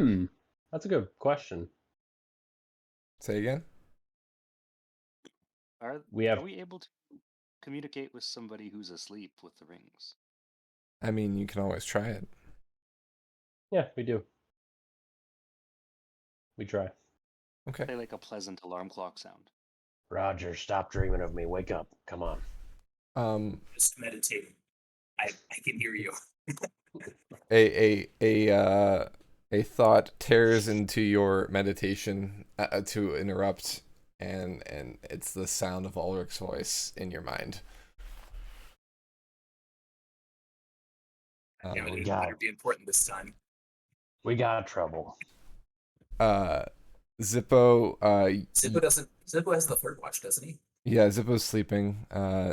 Zippo, you're dreaming of riding on a rock with Brunhild next to you, and the rock turns its head, and it's a dragon head, and it says, Zippo, Zippo, wake up.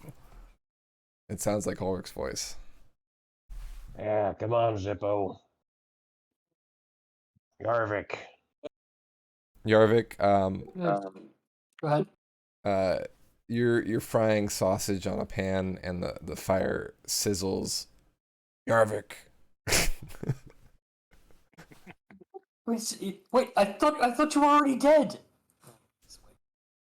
I was having the best stream. We catch them up to speed telepathically when they awake. But your dog imaginary friend's name was Horace. Well, no, this one, I summoned another one. Oh, His name is Reginald. oh. Don't I worry. He's probably fine. I just didn't get to pet him. That's why I'm sad. Yeah, I'm sorry about that.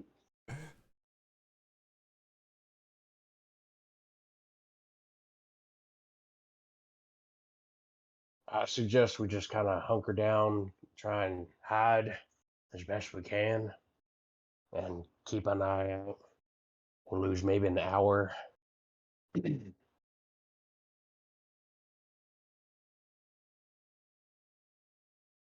We did build the lean-to, right? So we can be undercover.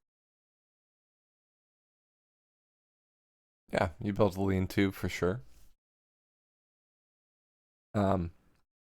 It does give some sort of cover, so you'll have partial cover in being detected. But I mean,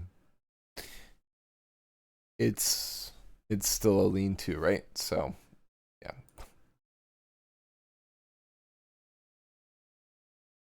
Also, probably kind of out of place.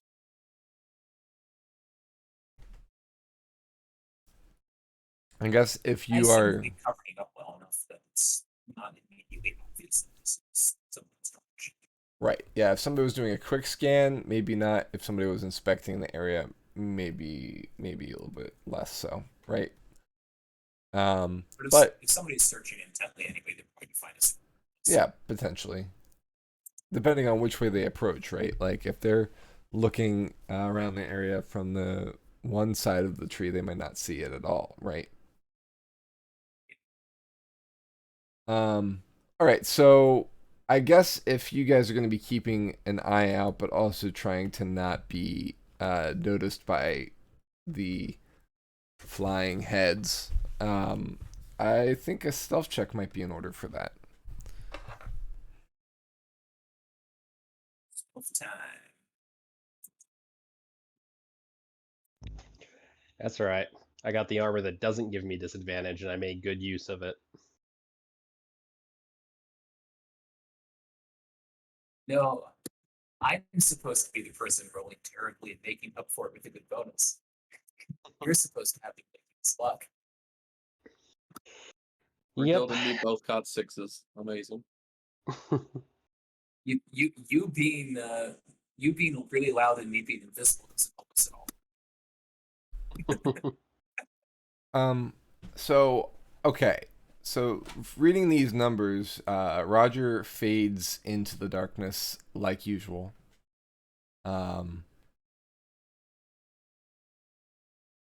Ulrich thought he was calling out in people's heads to wake them up, but he was actually calling out loud. Right. Brunhild I'm heard. like, yeah, it's a good idea, Belgian. Let me try. Yeah. Yep. You forgot to turn it on first. Brunhild heard the Mastiff die and is kind of whimpering in fear. And Zippo can't help but like calm Brunhild audibly. So like, shh, it's okay, Brunhild, it's okay. Like in a whisper, but like it's a loud whisper, right? So together you're making the 6, basically. Otherwise, Belzian and Jaeger are relatively stealthy and just trying to hide while the rest of the group is either incredibly conspicuous or incredibly inconspicuous. That being said, I have a roll to make as well.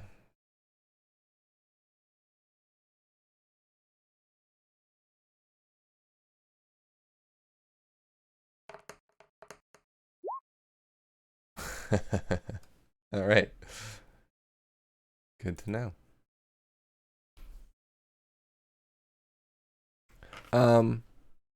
Just for actually, you know what, let me just check something real quick.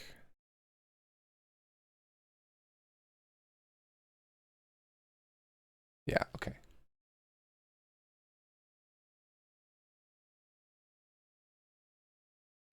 All right. So Roger, Belzian, and not Jaeger. Roger and Belzian and Zippo, you three have dark vision. Yeah.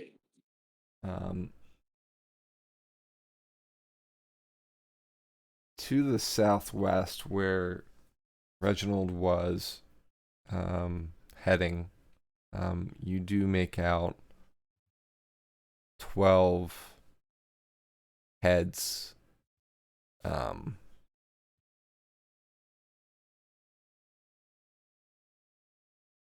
And they have bat-like ears erupting from, or bat-like wings erupting from their ears. From this distance, you can't make out many of the features of these heads, except that they appear to all be very different. Some of them are larger and bald. Some of them are darker skinned with long teeth. Some of them have pointed ears. And one seems to be small and rounded ears with lighter skin. Boys.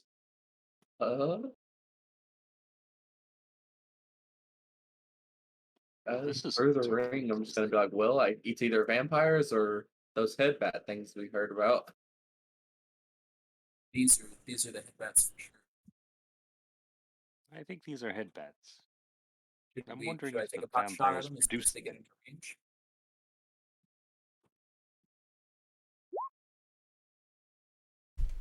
Shall we ready some actions?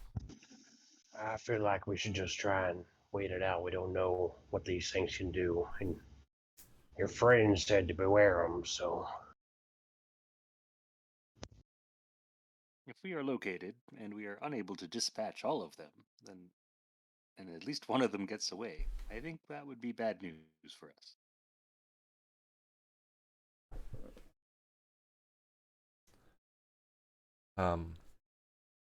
So they seem to be kind of fluttering in a kind of loop de loops in like a you know how like in bees kind of hover around a hive and like looping patterns. They seem to be buzzing around the creature that they attacked, and then it just disappeared into nothing. So it's like they're kind of searching in a grid around the area that it was, confused, almost like a beehive got kicked, as they kind of flap angrily around. And then they eventually conclude that and kind of begin heading in a direction. So, 1, 2, 3, 4. I'm gonna do it a D8 just to see what direction they go in.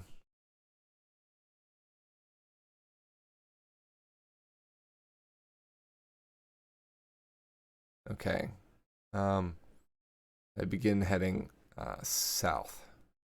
So not in your direction. But they don't seem to be going very quickly, and they seem to be kind of scanning the area, kind of going back and forth in a slow zigzag pattern. Drool dripping from their mouths, tongues kind of hanging out.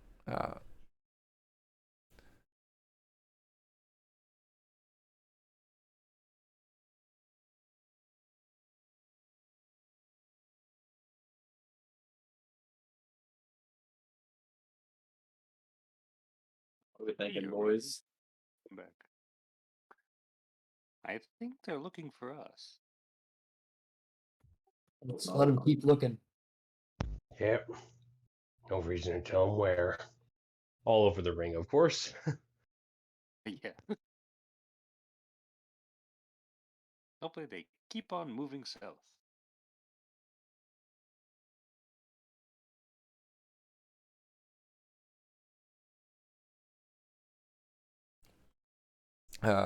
Ulrich and Yarvik, since you both don't have dark vision on right now, correct?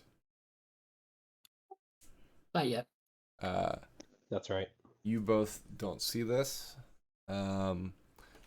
Roger, I'd like you to make a history check for me, please.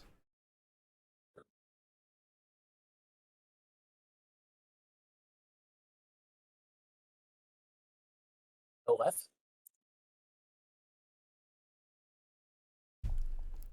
One of those heads is the head of Gerard that Ulrich dumped 2 days ago. That's the one with the rounded ears, I would assume. Correct. Yep. I will inform Ulrich of this.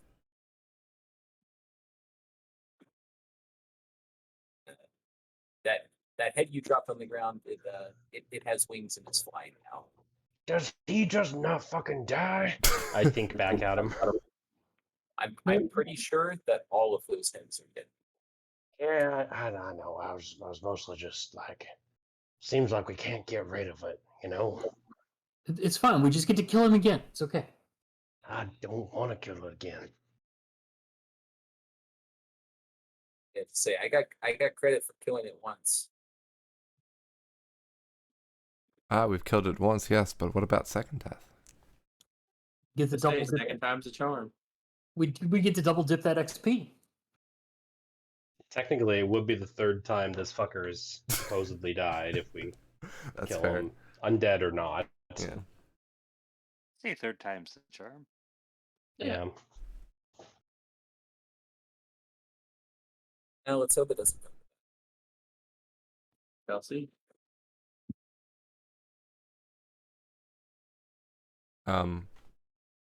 The other heads look like Goliath's tusk and elves from the battlefield.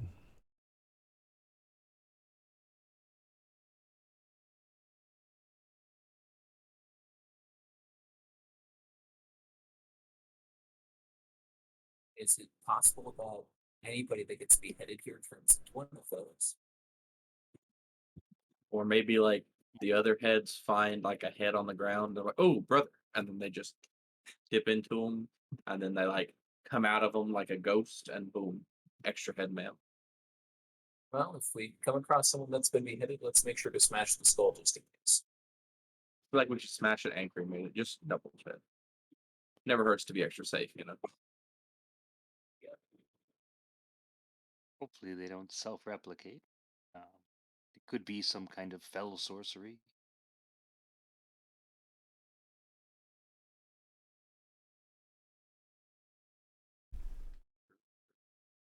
Got to pray that it isn't.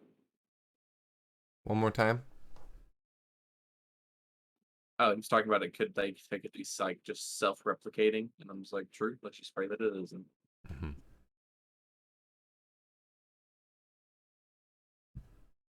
All right. So the heads have headed south. They don't seem to make their way back to you in the hour that you keep vigilant watch. Yay.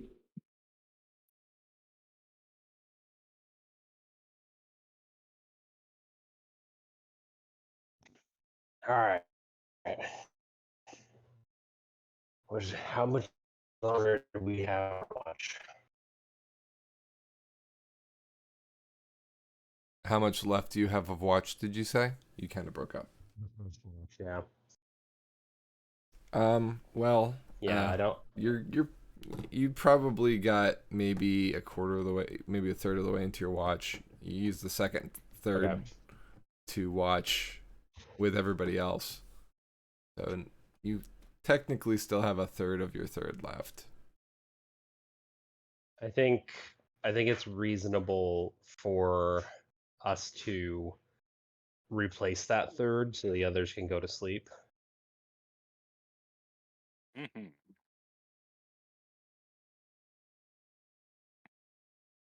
Sweet dreams. Try not to think Yep. of flying heads. Derek has already passed out. Immediately goes back to the sausage dream. Unfortunately, all of the sausages now have bat wings. So He's just gonna poke them angrily.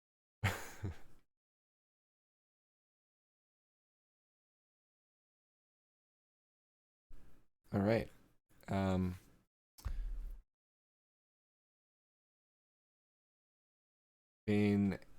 Belzian and Ulrich continue the watch. Are you doing it for another hour only and then waking up the second group, or elongating it some more? What's the plan? I think we replenish what they lost in sleep Okay. Yeah, we need to make it so everyone gets the long rest. because we can always sleep longer in the morning. It's better in daytime than it is at night. So it's like you're starting your watch over, basically, taking a 3-hour watch. Well, I mean, you Or said 2 that they hour, were maybe. up for a third, Yeah. right? So if each one was an hour, we're doing 2 more hours since we already did Yeah. an hour. Yeah, fair. All right. You continue your watch for an hour, and then second watch comes.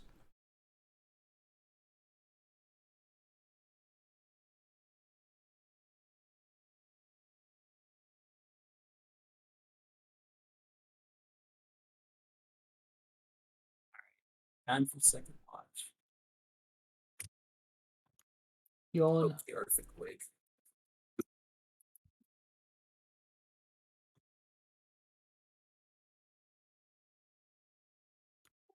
Yarvik's not going to burn a dark vision on this watch, but he is going to listen intently. It's a good thing I can see.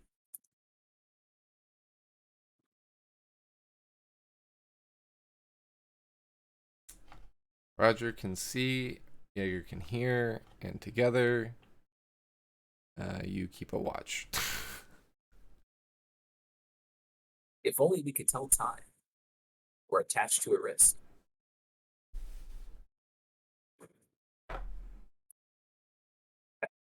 Only time will tell on that one, I guess.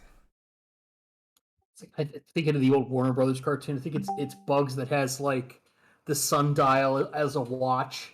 You know.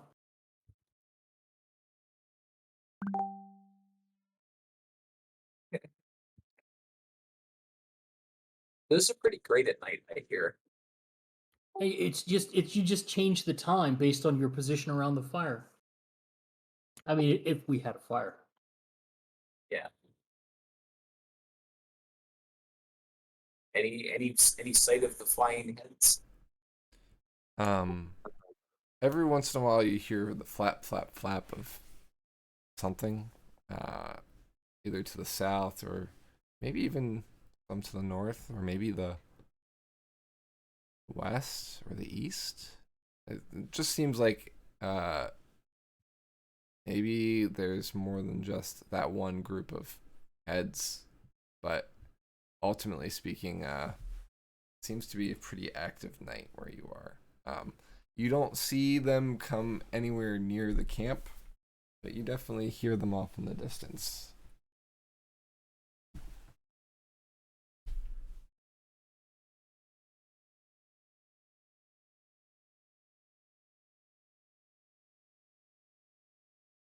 Could also be that the forest is just kind of echoey and the sounds are bouncing off the trees. But with your keen ears, you're not sure about that. You think you hear him in somewhat in every direction.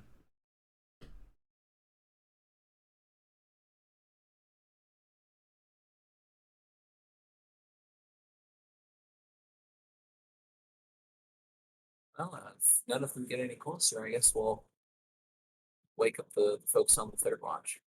Or I guess, which is just Isabel, I suppose. Yeah. I mean, technically I'm awake for this, but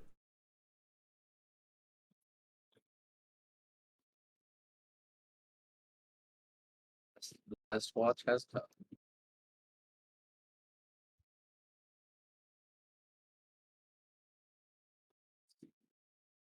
All right, Zippo, third watch. Yeah, yeah,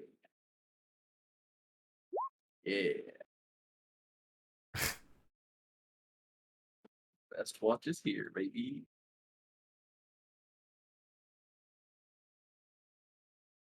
I'm also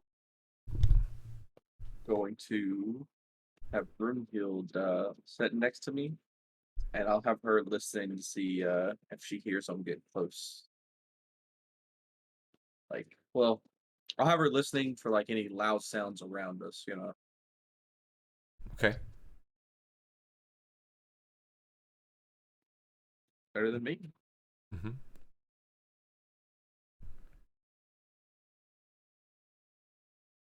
Yep. That is about it. And then I'm just going to be petting Brunhild while we're waiting. Letting her listen, just like patting her on the back, you know. Yeah. Despite you patting her on the back, she still has her tail between her legs, and she shivers every once in a while. Her nose is going a lot, as if she smells them. So she points her nose in the direction of south quite often. Like she'll like come to attention, sniffing that direction, and her tail will zip back between her legs. Then she'll ease up a bit, so on. It's a tense night for sure for each of you who are taking watch. I mean, I don't know about you, but if I saw things that are familiar to me as heads only flying around, I don't know what I would do. I'd be, I probably wouldn't have been able to sleep. Right. Yeah. I think just through adventuring and seeing the horrors that you've seen, each of you has an iron will in terms of knowingly needing to sleep and maybe even like taking some sedatives of some berries that you've picked along the way. I don't know, like whatever works. Some melatonin is maybe needed for some of you at this point. For sure. and someday I will teach you guys how to meditate. You know what? Just go ahead and knock me out. Elven tonin, or as the monk might say, atonin. Hey. Maybe we'll read about it in an elf help book. An elf help book written by Mel Brooks, maybe. Melatonin. I'll see myself I out. think we all need to sleep better. All right. Well, despite the harrowing night, no flying heads come close to the camp this night. Good morning. Morning, is that a paw or a tail extending in from the side of your frame? Oh, that's Benji's foot. Yeah, he's in his normal box place. You know, just off to the side there.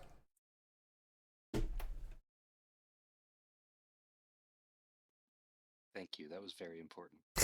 You're welcome. There's some more tail and Thanks for you.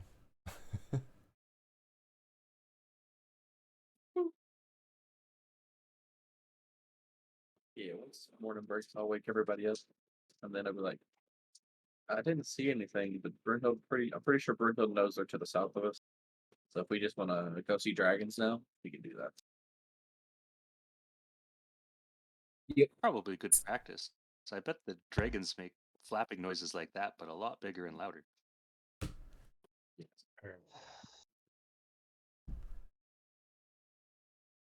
Yeah, let's get on the road. Stay Yeah.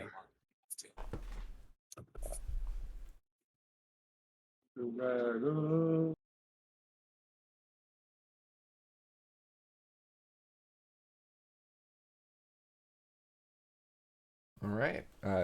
You begin traveling east once more.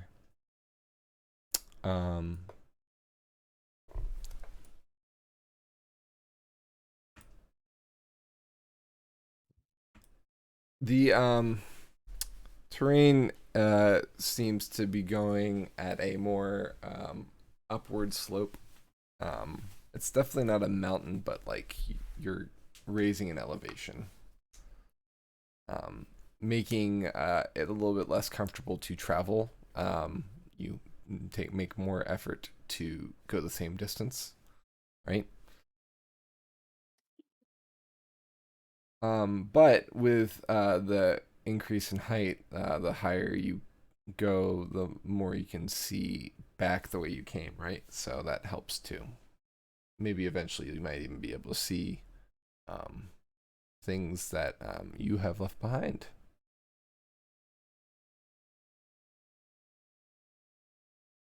Or Reginald got left behind.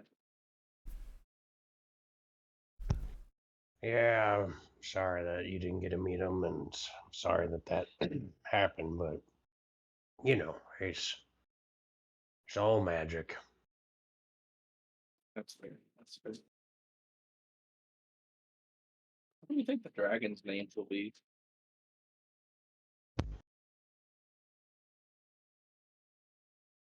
Mm, Bick.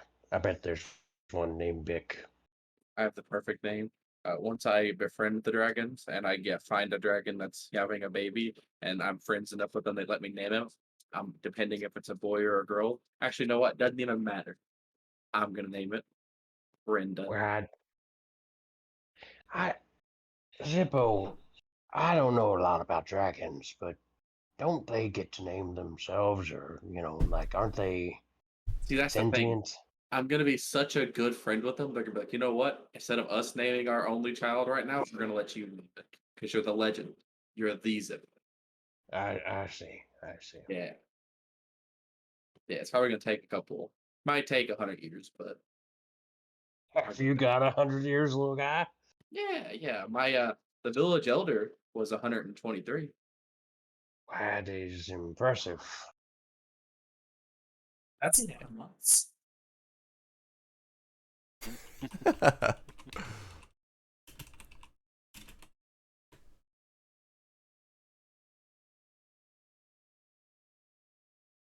um, so Yeah. I will say for those of you who are in Seregen that are familiar with kobolds, kobolds can live to be up to 135 years old. So Nice. Okay. Neat. Yeah. See, but the beauty of it is, I'm gonna be a half vampire, half were thing too. So I'm gonna be immortal. All right, buddy. Yeah. Hey, Zippo. Like, you're not gonna just try and if a vampire comes around, you're not going to, and we're hiding. You're not just gonna come out of hiding to try and become a vampire, are you? No, no, that's what I'm gonna do when we go meet the vampires. I wouldn't just Right. do it to any because you don't know what vampires can turn you into. So Sure. instead of having me meet just like some random willy nilly guard vampire who can't even turn me, when we go meet the royal vampire, then like, hey, let's be friends and not attack each other. Also, can you perhaps make me a vampire to strengthen the friendship of the clans? Right. Yep. That's also going to be my thing for when we go meet the Changeling clan, and Okay. they are a bunch of were animals. Right. Yep. All right. Well, that's good. I assume we're Yeah. walking and talking. Oh yeah. By the way. Yeah. No, you're still at the shack that you made. Yeah. No, yeah, you've been walking and talking uphill. Yeah. See, it's a perfect plan. It's a perfect plan. And if they say no, we have dragons. Right. Well, I can't fault your plan. Yes, thank you, Zippo. I don't think any of us, other than you, want to be a vampire. Sorry if I'm speaking Yeah. for everyone else. Yeah, but see, that's the beauty of it. I'm not asking for you guys. I'm asking for me. I'm asking Okay, for me. a fair distinction. Thank you. Yeah. Now, if you want to be, I can negotiate on your behalf too. I'm a pretty skilled negotiator. We have seen that in the past. I Yeah, don't think it would be especially fair with for you. non-normal human people. I'm a pretty good negotiator.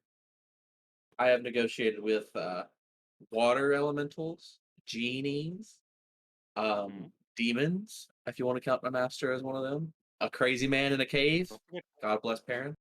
goblins. Wasn't Goblins. Zippo, just to clarify as a DM, wasn't your master a dragon? Oh yeah. Sorry, dragons. My bad. Like out of character me was mixing with in Right. character. Yep. Sorry, dragons. So I'm pretty confident in my talking with the dragons we're coming up on.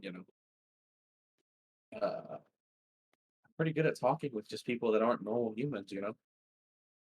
Except for Goliaths. I apparently don't have a thing for Goliaths. They just don't accept me, I guess. They don't accept you yet. Yet, yeah. Once I become a were vamp dragon, they'll have to accept me then. It'll just be like, I don't innate think law. you have to accept. I don't think you have to accept anybody for any reason. But I'm Well, sure they'll they'd be either willing to accept do me so. as the new powerhouse of the room, or they'll be no longer a clan. Because I'm gonna make them all Parents' clan. And Parents crazy. He's not good enough to lead a clan. So that clan's gonna go downhill fast, long term games. Gotta think of long term. Think about it. If I put Perrin in the lead of the Axe clan, they're all just gonna sit in a cave and write words on a wall. They're not gonna get anything done. And then I'm going to just make sure that all the dragons start to, take over the Axe clan, because the Axe clan has not been friendly to us, so they're out. They're not part of the Cool Kids Club. And and we'll make sure to go speak to Seregen some. But if Maris is in lead, I'm probably just gonna not go back to Seregen because I don't like Maris. He's like Maris and Axe Clan, same level of people I don't like. It's all they're in the same row. Like on a list, they'd be in the same column. No, Vort. Getting Vort out of that cave, out of that little goblin nest. He's gonna be a leader, whether he wants to or not. Zippo, we shall call you Kingmaker. Yeah, I'm good at that. I'm good at that. Trust me. I'm really good at. I got an eye for talent. If you couldn't tell, I mean, I picked Broomhild out of all the other dogs just because she was a dragon. I have the sixth sense for these type of things.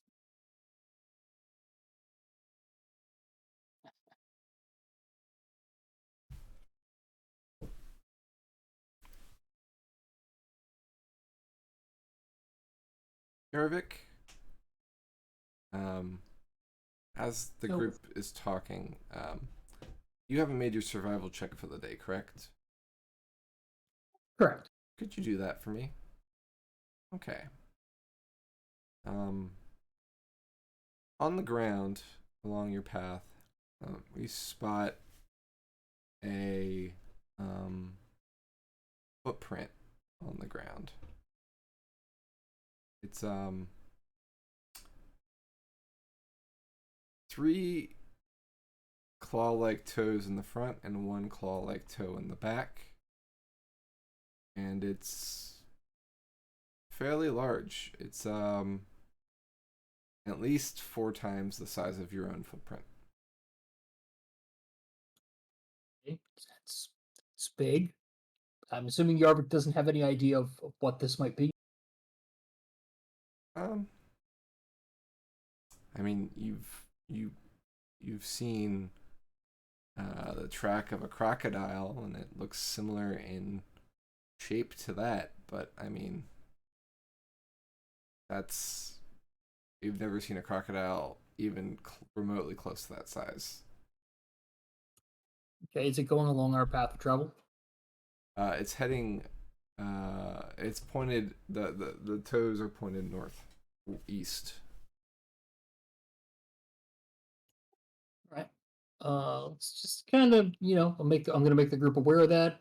Ask if they've heard of anything like that, and then keep an eye out too. I guess that would be our 10 o'clock there. Our north. You said north. It's traveling northeast. Mm-hmm. So if we're heading in a straight east pattern, we're on divergent paths. Just something to keep an eye out on. See if anything comes of it. I certainly don't want to follow it.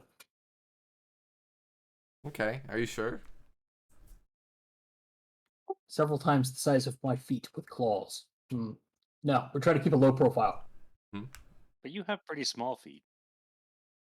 Well, I mean, it might be twice the size of, Bane's feet, or Bell's, anybody, any humanized character. Well, no, wait. I'm a halfling. I have huge feet. You're small in just- stature, but big You in just force. haven't shaved your feet in a while. They get cold at night. It's nice, I can safely get little crumbs in there. It's a little flavor saver.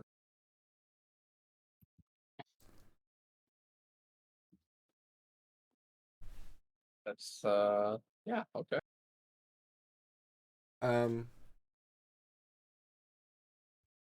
Reptilian-like clawed feet perk Sippo's attention. Could this be dragon? And it just happens to be going towards the dragons where we're going. Well, Why would the dragon need to go towards the dragons? They'd already be there. They north. came down here Hot to be dragons friendly with other fly. people, and when they came down here, the other people were like, "Oh, well, dragons aren't a thing," and the dragon was like, "Oh, non-believers can't be around here," and then went to go to the other dragons. Aren't we well west of where the dragons should be right now? We're barely getting south of Tusk territory. Yeah, but dragons can fly. They might have like the spatial magics, like Jordan had.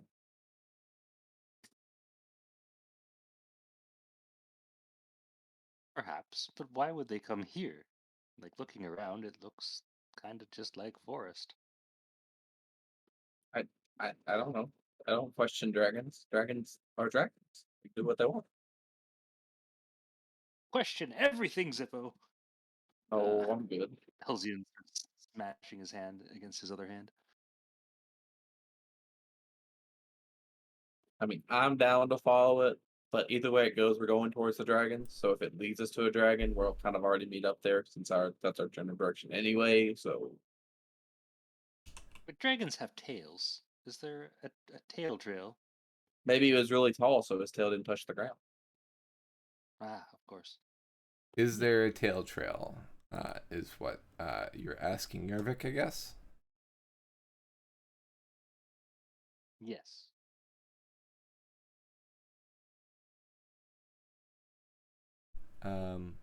Yarvik, there is the sweeping motion of the tail, but it's not. The tail is strange. The sweeping motion almost looks like somebody was dragging a broom along the ground.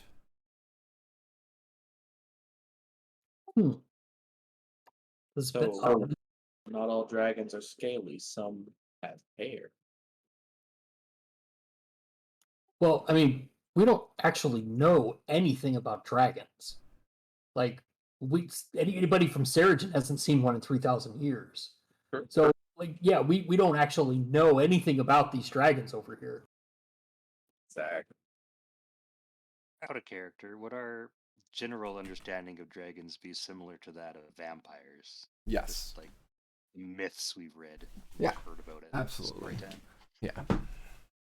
A lot of people worship a red dragon, so I think I know some are scaly, so maybe some are haired. That's maybe you can get maybe they're like like Brunhild. Maybe there's some are long haired, some are short haired. Brunhild, and like I'll pet her as we're walking, and be like, "Is this another dragon like you?" Does it look like the footprint has been any? Has there been any attempt made to obscure the footprint, or is it still clear? The impression is deep enough that it's clear still, although the sweeping motion did go over it. So presumably the tail came after the footprint. If that's what's causing the sweeping motion.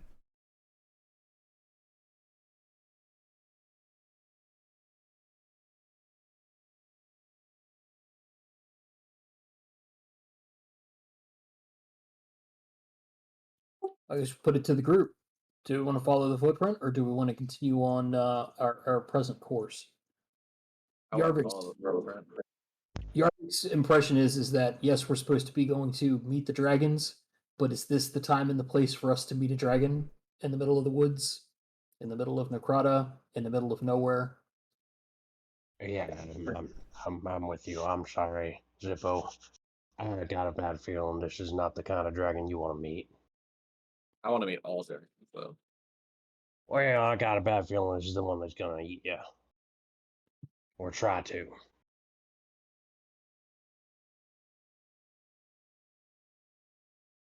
This might just be any run-of-the-mill, everyday dragon. We need to meet the like dragon leaders. So that's a no-go for me. I do not want to follow this creature. Are you altering course at all by going southeast to avoid the area the creature might be? Are you continuing east? Like, what's the thought process for continuing forward? Since you're definitely not going northeast, is what I'm getting from this.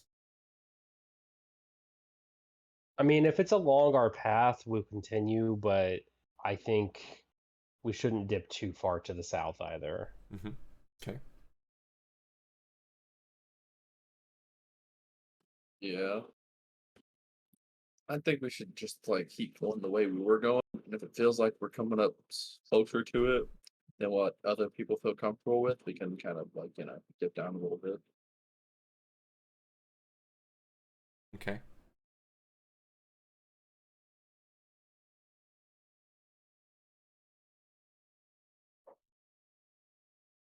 All right. You continue forward, going east, and you continue through the day. Roger, try as you might to make a tree glow. None of these trees seem to be glowing in reaction to your leaf. But you continue on your tireless efforts to make one glow as you continue on. You do notice as you're checking trees that there are many more trees similar to the one that you rested at last night that are overturned. And you notice that these trees are not like naturally felled, like from old age or from rotting or from even lightning striking it. You see like groupings of trees that have broken in kind of an outward circle or like in various directions and whatnot. Perhaps this great creature felled these trees, or perhaps multiple creatures got into a battle in some of these clearings from what they look like. They don't look like the great elephants that destroyed trees in along a line that you found earlier in the scar, where the invasion started. But I think you get what I'm saying, right?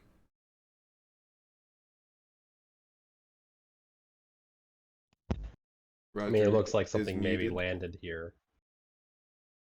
Hmm. Or That's what I'm stomped hearing. through. Yeah. Something bigger than us. Okay, Roger, you're unmuted now. Yeah.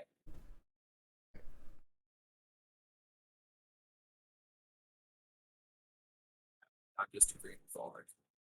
Okay, got it. Okay.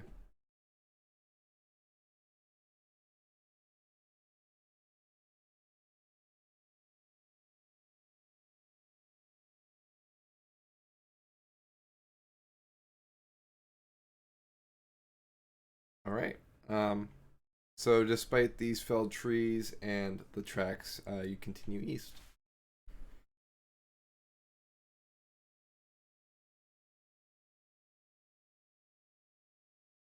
Yeah.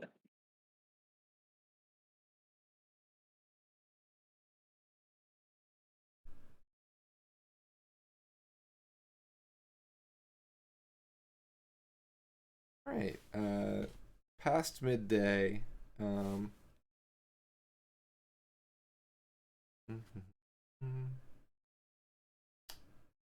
Somebody roll D100 for me, please.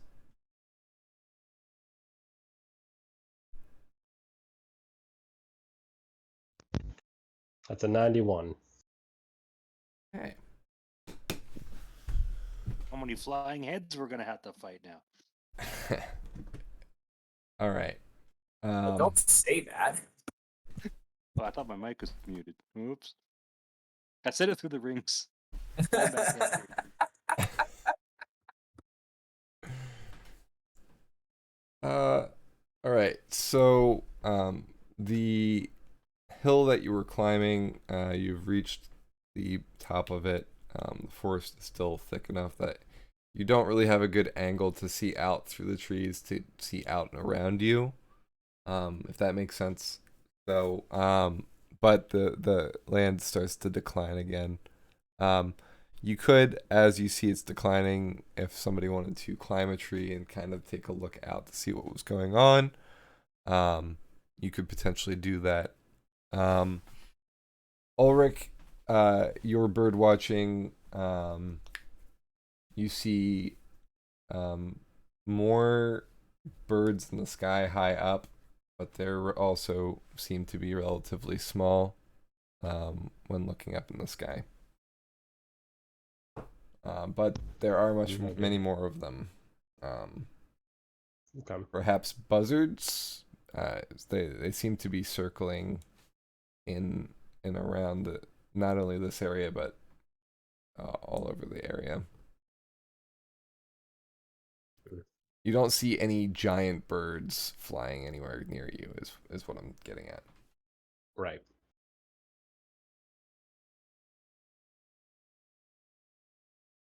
Um.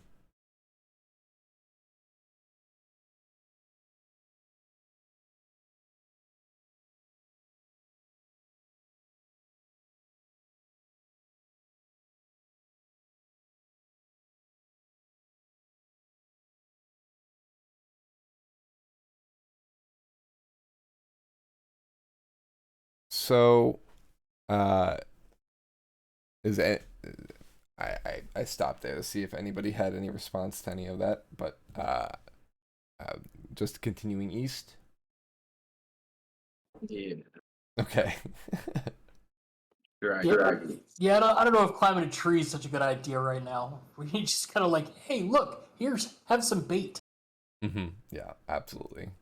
Like, oh yeah, you climb the tree and all of a sudden you're snatched away and it's rescue mission, all that stuff. Yeah, no.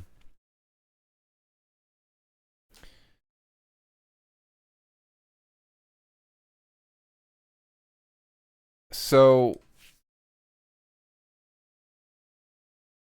along the pathway, or sorry, along the incline down, you see what seems to be a pathway. It seems to be an old wagon path. And the reason it seems to be a wagon path is because there are ruts in the ground where signs of a wagon has at one point recently traveled. It's going directly north-south from you, going back up the incline some. The incline kind of bubbles out. You kind of climbed the edge of the top of the incline. It kind of bubbles out on a hill south of you. So it's going back up the incline.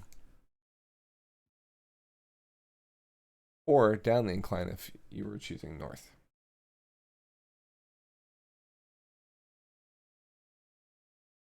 Life does seem to be full of ups and downs, just like this path. Maybe there's already cross border trade happening in addition to raiding, war parties. Commerce finds a way. That'd be pretty fast, though. I mean, they don't even have the same concept of currency, so They can still just trade other things. on Maybe the they part of maybe they avoiding- trade maybe they trade in disembodied heads. Or hamburgers. I'll gladly pay you Tuesday for a hamburger today. I seen you guys had a disembodied head problem, and I figured you didn't have enough. I got a cart full. Don't mind that they're mainly elves. Just trade me. Yeah, I think we should probably stay away from this room. Like, what's the best case scenario? We see nobody. Honestly, yeah. Worst case scenario, a lot of things could happen for that scenario, and actually, a lot of situations could be worst case scenario.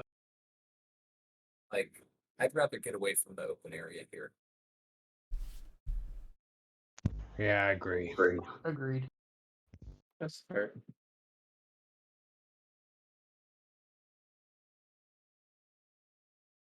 All We right. look both ways before crossing the street. No, they'll stop if they see us. Okay.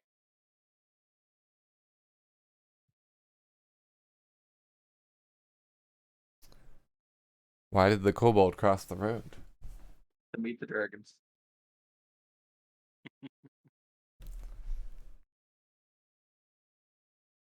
All right, moving on.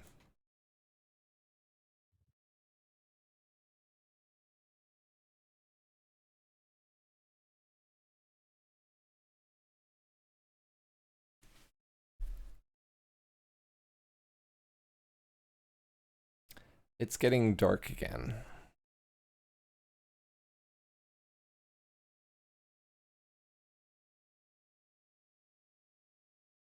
You've probably traveled another mile past that road now at this point. Sleepy times.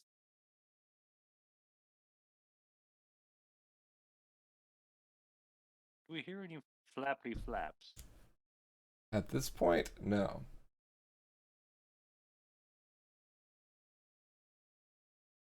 Think we might be okay, fellows. What do you think? Or they might be floppity flopping this time. Still,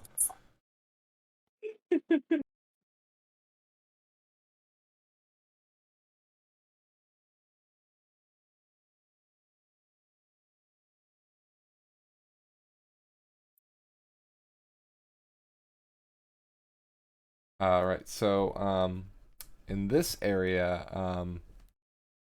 there is more of those felled trees and things like that, patches of felled trees. They seem to be more recent than the ones from earlier. It seems like the farther east you've gone, the more of these tree patterns have happened. Ulrich, or sorry, Yarvik, you have seen a couple more of these tracks every so often, but none are heading directly east like you. Oh, we're definitely heading in the right direction. If these are dragons. Fair, fair. Definitely got to be dragons. So, it seems to me like you guys need tents at Yeah. for camps. Probably would have been a good buy. Why can we see the stars? Because they've stolen our tent. Stars, you are the stars of this campaign, aren't you? Aw. Yeah. Um. All right. So, it has been 4 days, or this will be the fourth night since Aurora, right? Or third night? Third night. Yeah. First night was at the Watchtower.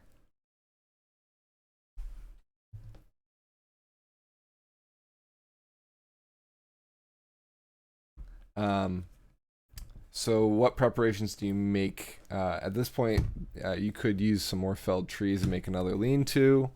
You could make something a little bit more substantial or less substantial.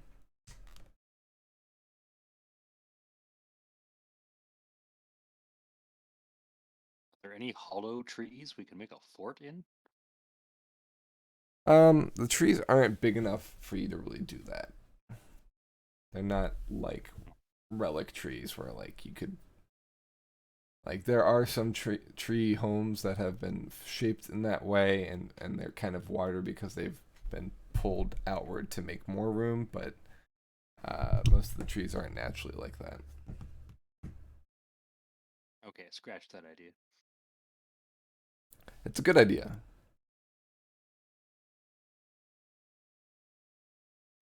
I'm definitely going to be laying on for another one. Gotta have me a nice, comfy cuddle.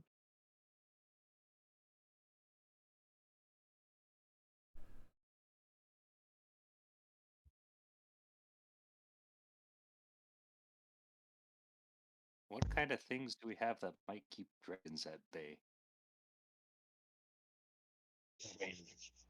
Our dashing good looks and Right. wonderful personalities. Yes, I think we're we likely to get. just keep our wits about us and weather the storm. Yeah, any structure we build, I highly doubt it's going to be able to stand up to what a dragon can bring. And it would, just kind of make us more conspicuous.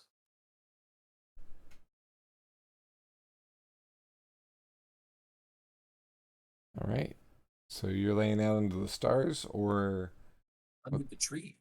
A bunch of trees get knocked over. We can take shelter next to them. okay, sounds good. Yeah. Are we doing the same watch as tonight, or are we switching it up? Third watch again for Zippo. Isn't it getting lonely on his watches? You can never be lonely with Burke. Says Roger, who only needs to trance a certain portion of the day, so could technically be doing watch with Zippo anyway. I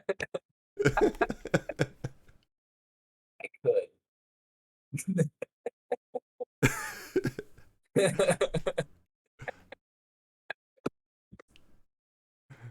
You've been called out, son.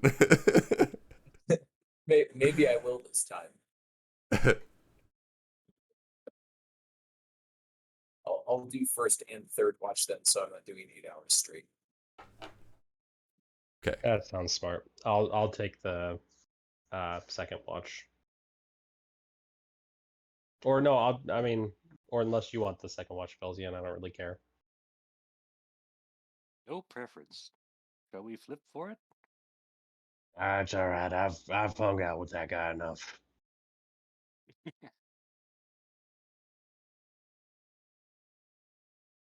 I am for all waters. All right. Roger and Belzian, you begin first watch. We watching.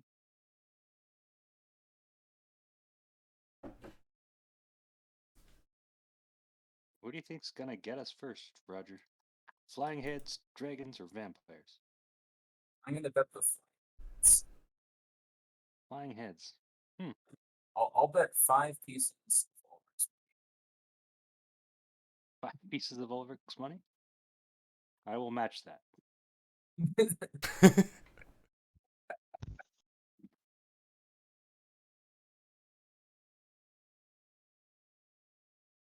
Hopefully, What we do both your lose half this elf bet. eyes see? Oh, you spoke together. You go first. Belgian says that he hopes we both lose this bet. Then Ulrich Implying- will win 20 pieces of his own gold. I'm okay with that.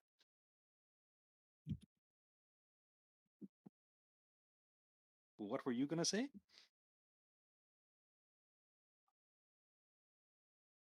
Just ask me if you'd seen anything. Well, with my approximate 11 perception, perhaps.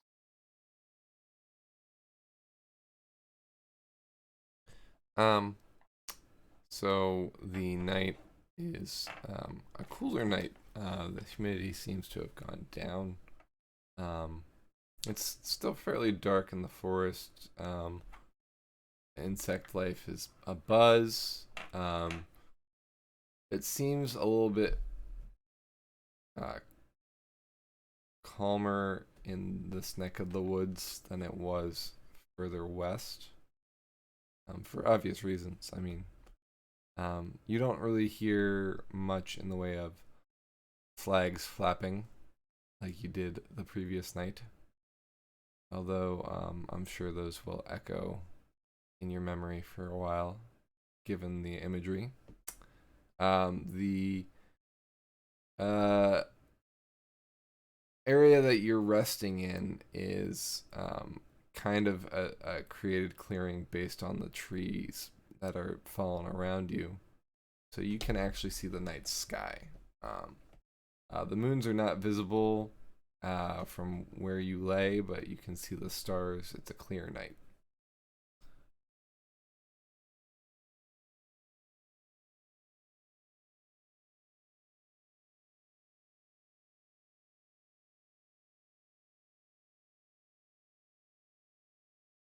The only thing I see is the sky. Being that you've been in woods for a while, that's actually kind of a nice change of pace.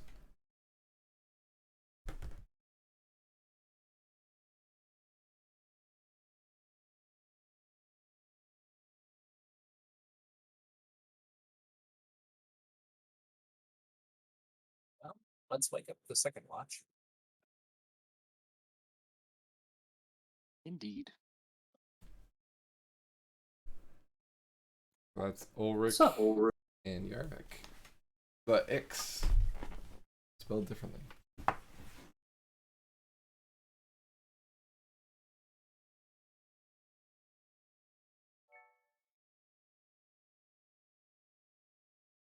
Don't get to be outside amongst the stars very much anymore. It's kind of nice.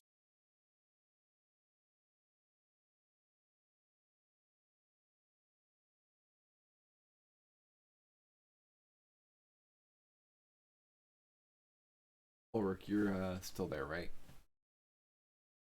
I'm sorry, I had to step away and deal with the cat. Oh, you're fine. I will make my roll. Okay. It's 15. Cool. All right. Being that neither of you can see in the dark, Oh right, that was a bad choice on our part, huh? This is fine. you kind of both sit there in the darkness, and I'm guessing no one's coming, and kind of left to your own devices from there. You don't Exactly. It's you can hear. I mean, we've adapted. Humans and halflings have adapted to live in the dark, right? So like our ears work. We can still do things somewhat effectively. All right, what'd you say?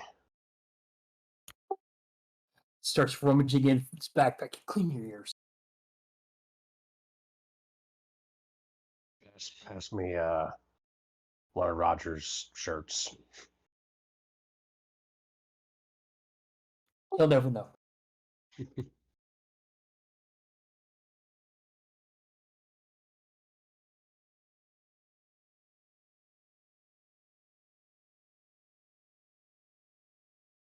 Alright, well, I guess nothing's going on, so should we wake up the others, Zippo and Roger again?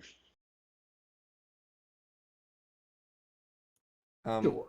I will say that you do hear some animal sounds. Every once in a while, you hear the crunch of a branch, and then like a or a woohoo, woo, woo, woohoo, woo, woo. At one point, Ulrich swears he hears the sound of somebody screaming in the distance, but Jaeger identifies that as the sound of a fox.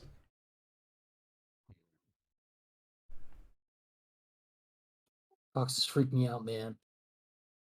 Yeah, that's not a good sound.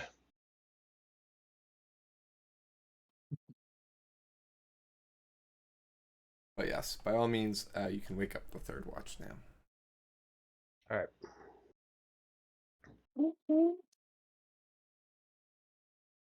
The party over here in the Zippo house.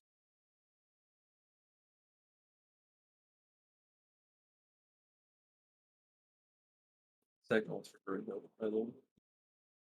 Yep, I see Mastiff under it. It Oh, also it does say that says down. Atomic under it too, which is interesting. Yeah. So instead of Zippo and Atomic, it's yeah. And there goes Roger with another natural 20. I think that's the third one of tonight. Gotta It's love it. ridiculous. And none of these rolls have done anything for us.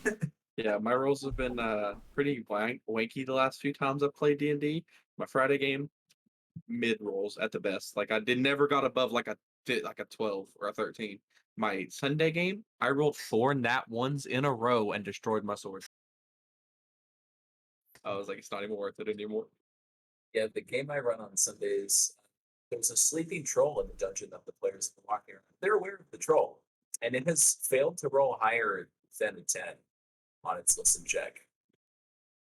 Which in 3.5 it comes with a -10 penalty if you're asleep. Ooh. To hear literally anything for like the past 2 days they've been in the dungeon. I'm over here playing with Burnhild, we're kind of paying attention. You're over here just eyes to the sky, like I know where everything's at. I am one with I can nature. see God.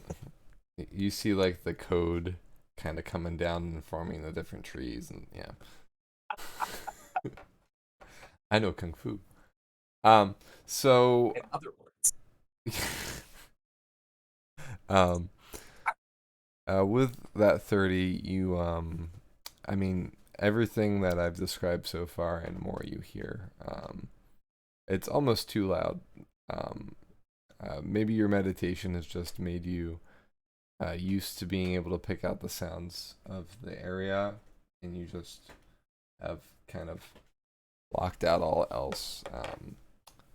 You don't hear Brunhild, you don't hear Zippo, you just hear the surroundings around you. And given that you're an elf, it's almost like being in the elven lands, being in nature for so long, you're just starting to really feel at home in a way that you didn't expect being in another strange land. There's just something that feels right about just sitting in the middle of a forest and listening for signs of danger around you. You just feel very comfortable with this situation that you're in, despite the fact that there are horrors all around you and it's awful. You for a moment, feel a sense of peace. And then in the distance, you hear crack, crack, as maybe another tree, such as the ones that you're lying amongst, has been snapped. It's far off, but it echoes through the forest. The animals that were making sounds fall silent for a moment as they consider whether this is a danger immediately to them or not. And after a moment, the forest comes back alive. I'll definitely get Zippo's attention over the rings as soon as I can see. Wait, what up? And then it's when the animals start making noise again. Something destroyed the tree a long ways off in the distance. Maybe making another clearing like this one. Over the ring, I'm gonna be like, thinking it might possibly be a rock or a dragon. Hoping for dragon, but also thinking about dragon. I do remember the elvish guy that gave us the rings on our arms. He did say that the vampires have undead dragons, so it's a possibility that it's one of those two.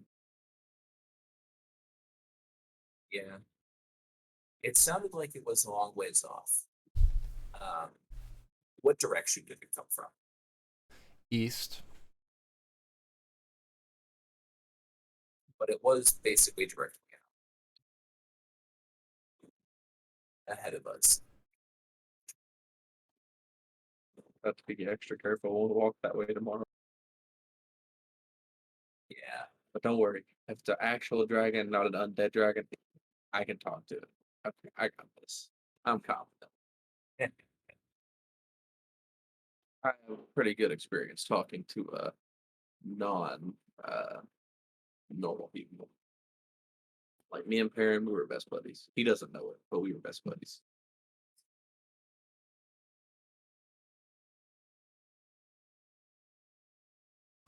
Give me a sec.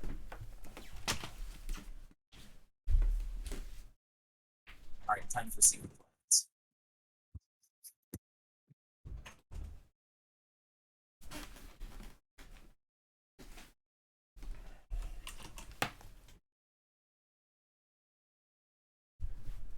All right, I'm back.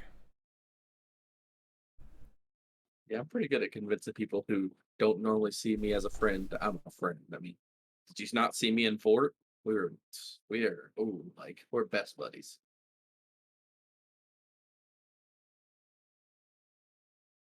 Yeah. As long as the dragon isn't Marius, we're okay. Did you just say if the dragon isn't marrying us, we're okay? No, Marius, the guy Oh. that's in. I'm like, wait, how did we There's get there? Dragonborns have to happen somehow. Yes, but like, I would assume that Zippo would not be of that anti-persuasion. Yeah, I don't think that'd be like a no, not really. Thanks, That wouldn't be though, a deal kinda thing. breaker, yeah. Yeah. If anything, that Kinda might be cool to like have an a extra dragon. thing added on, you know?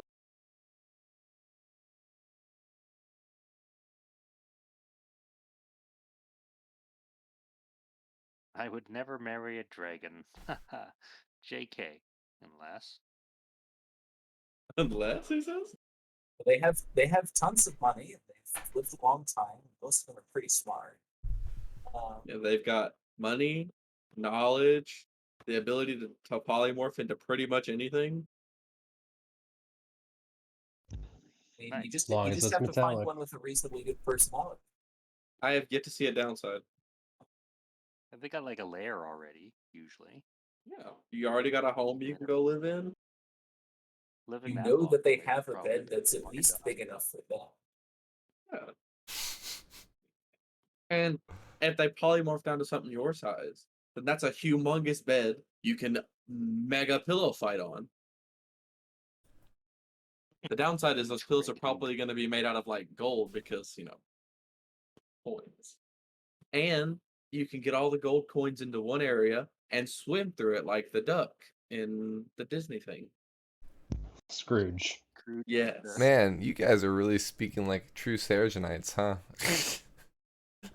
Layers of gold. Yes, the tale of the rich duck. Yeah, yeah. You know? So many plus sides to dragons. That's why we should meet them. We're all gonna get some dragon brides. 7 dragons for 7 brothers. This campaign took a weird turn, Yeah, man. that's a very dated musical, by the way. Very dated. I'm thinking more of How to Tame Your Dragon, but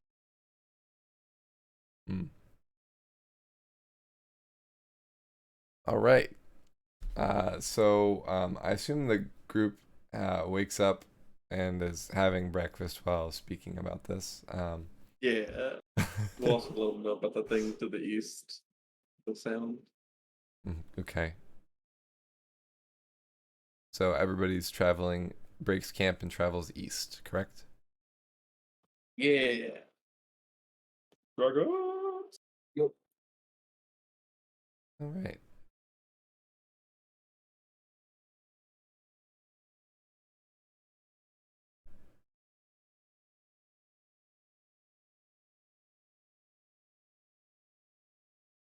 Um. Yep, there it is, Belzian. Yep, that's the one. All right, so mustache guys. Sorry, I'm going to ignore OC because I have a job to do. So the group begins traveling east, well, I'll say this: the forest is more broken trees the farther east you get than there are whole trees, which doesn't bode well for Roger, who's frustratingly looking for a maple tree. Any of the trees broken, but also Broken, but also what? full. One more time. Broken, but what? Whole. Full? Whole. WHOLE. Yeah. Complete.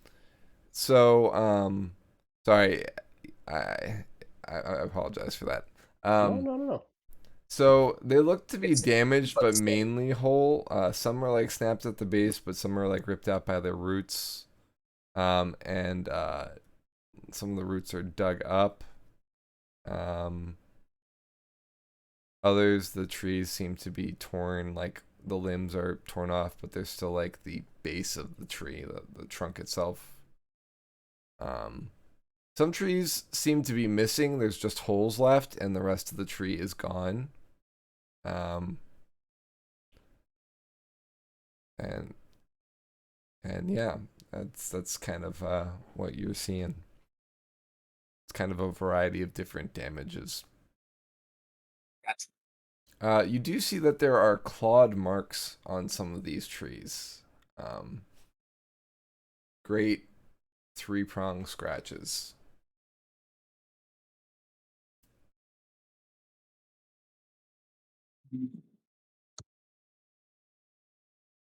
And Yarvik, you spot more tracks, kind of all over the place, not in a single direction.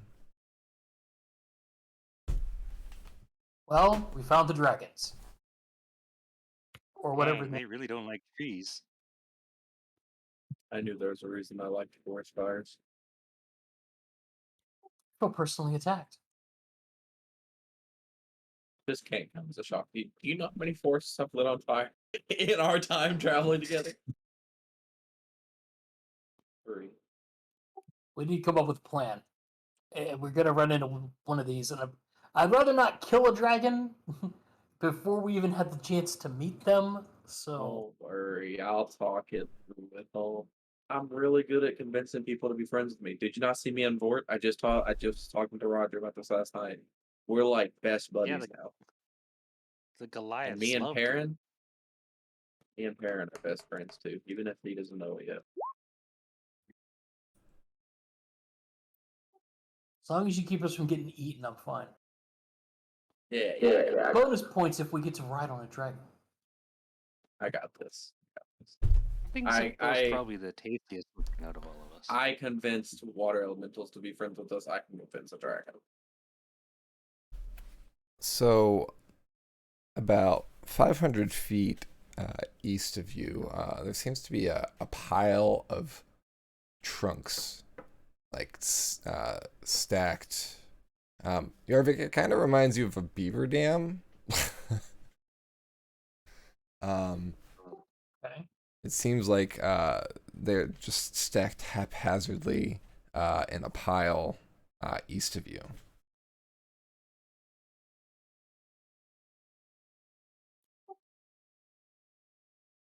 So it's a haphazard pile. Mm-hmm. Does it look anything like a nest? But scaled up for dragon size? It's a good question. From this distance, it's kind of hard to tell anything more than the description I've given you.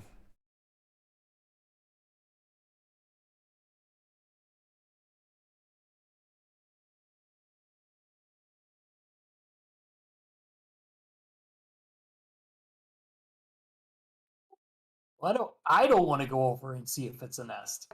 But somebody else might want to go. Because Yeah, we should. if we're getting into nesting territory, that's probably not good. What if we all go at once? They can't eat all of us in one go. No one's that hungry. Or You don't know that for a fact. Roger, you're the most stealthy of us. Why don't you go see? I was really afraid you were going to say delicious. I had to open the door. I for mean, Benji, you're a but he snack ran. to be sure, but I'm a meal, so you know. I feel like I'm We'll more all of a hide in this condiment. relative shade.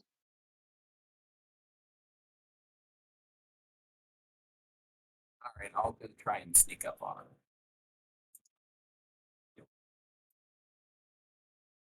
Sneak.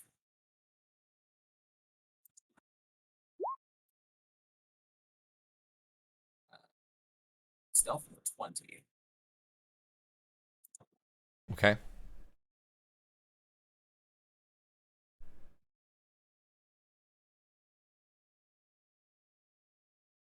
All right. So you're sneaking up toward the pile. Yep. Okay. What are you looking for? Signs that this might be a nest that we get the fuck away from. Or really just anything that isn't destroyed the tree. Mm-hmm. Mm-hmm.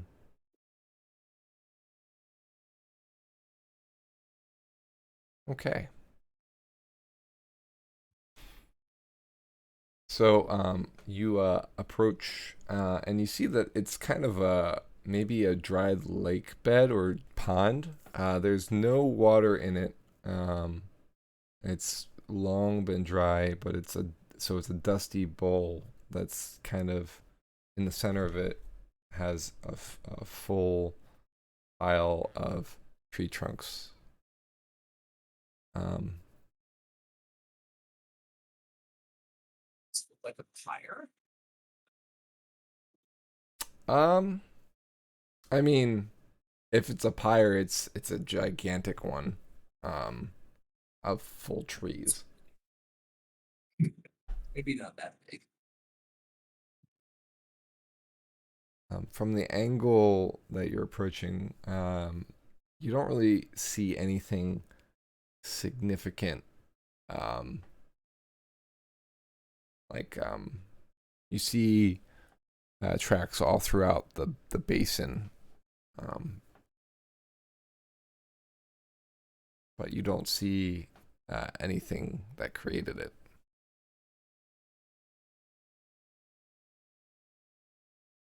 What kind of tracks are there in the basin? I guess you haven't done a perception for this, right? So this is just basically your passive. I'm sorry, what kind of tracks did you say? Yeah. The same 3-pronged tracks. There's just a lot of them here. Yes. I will relay that information back to the party. Whatever's making those giant footprints has been here a lot, and they're piling up trees. Once he relays that information, so questions about the bag that I have. Okay. Does it have to stay open once somebody's in it? Yes. Okay. It's And just like a can normal it, like bag if of I holding. open it, can I just leave it somewhere and it'll stay open? Potentially yes. Like I don't have to hold it open. No. Okay. Okay. I'm gonna find a pretty well hidden spot because I'm pretty sure we might get into a fight here. But I want to find a pretty well hidden spot and open it and see if I can get Ulrich to put Brunhild down in there for me. Yeah, I mean, of course it'll help. And once we get Brunhild pretty well hidden, I'll make sure I mark whatever is around that I can see with like a symbol for myself. And it's gonna be like a B for Brunhild. Okay. And I'm gonna mark that so I can remember that. And then I'll be ready to fight if we get into a fight. If it's possibly is a dragon and it does want to fight us, Zippo is pretty sure from his religion that dragons have a breath attack or some kind of AoE attack, which could kill Brunhild in one hit. So he's just like, put Brunhild up for right now, keep her safe. Yeah. Makes sense. And then once we get that, Zippo will be like, he'll be ready to attack. So if Roger calls for like a oh crap, kind of thing, he can be on the ball.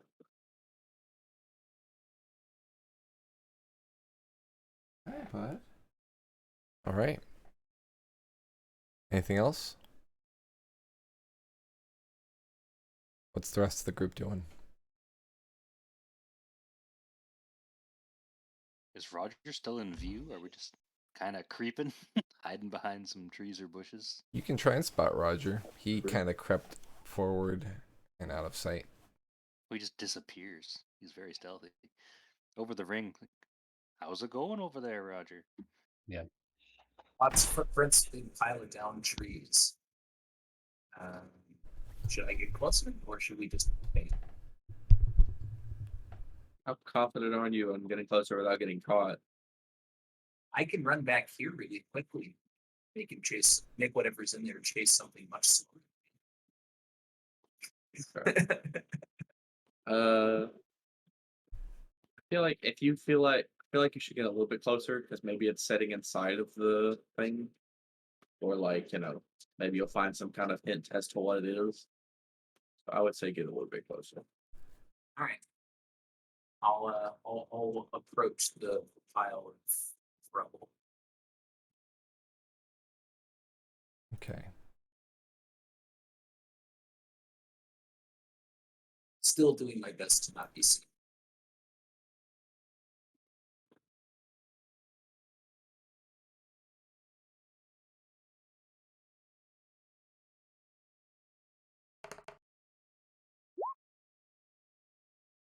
Out of character. I haven't got to use my grovel thing yet, so that's gonna be fun.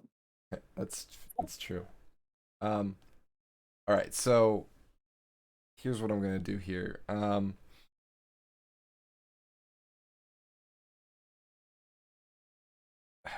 So Roger, you're studying this pile, and you can't make out anything even when you get closer. You see what might have been the imprint of a great creature, maybe resting under the pile. Like there's like a little, not a little, but like a chamber that's kind of underneath this pile, almost like this is a constructed den.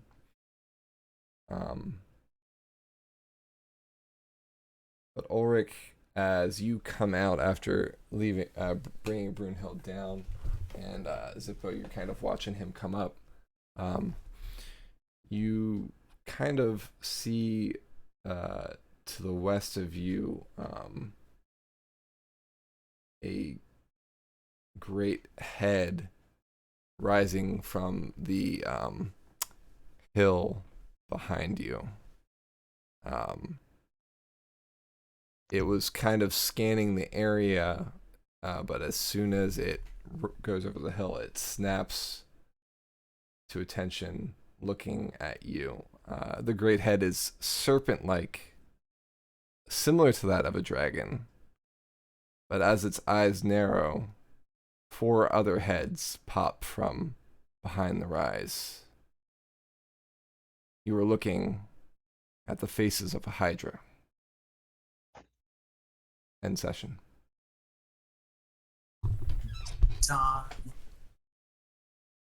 You know what the greatest part? Tame a Hydra, boy. You know what the greatest part about this was? What's that? While you guys were being stalked by this hydra, one of the things you said was, "Well, it surely can't eat us all at once, right? There's 5 of us." That's true. Yeah. Hey, God dang it.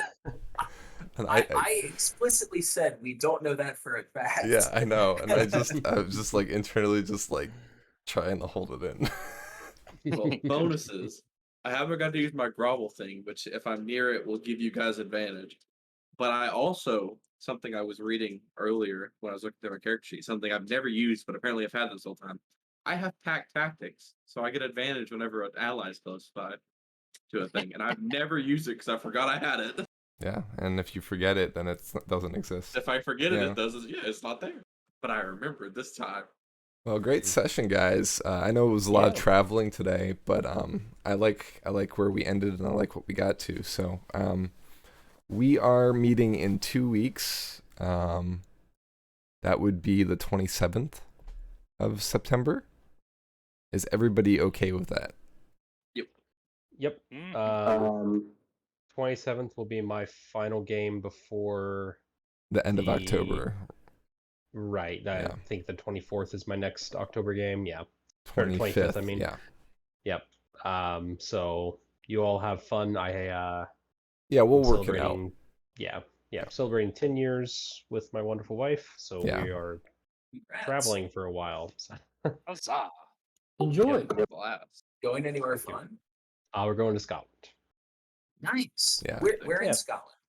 All over. We're gonna base in we were gonna base in Edinburgh first, and then we'll go from there. But you can be sure that I'm going to be bringing home a very expensive number of bottles of scotch if I can. But Nice.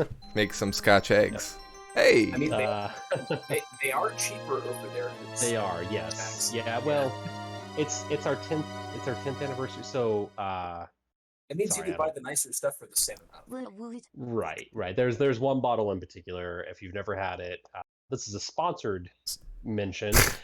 Bruichladdich Dark Arts. It is super sweet and smooth, but I think it's like $400 US dollars a bottle. No, I've we never had that.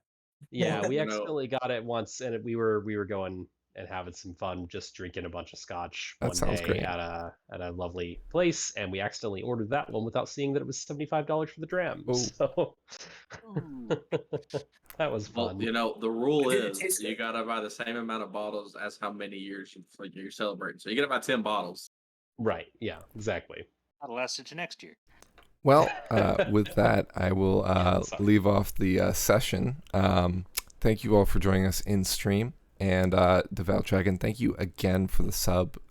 16 months is a long time. I really appreciate your support.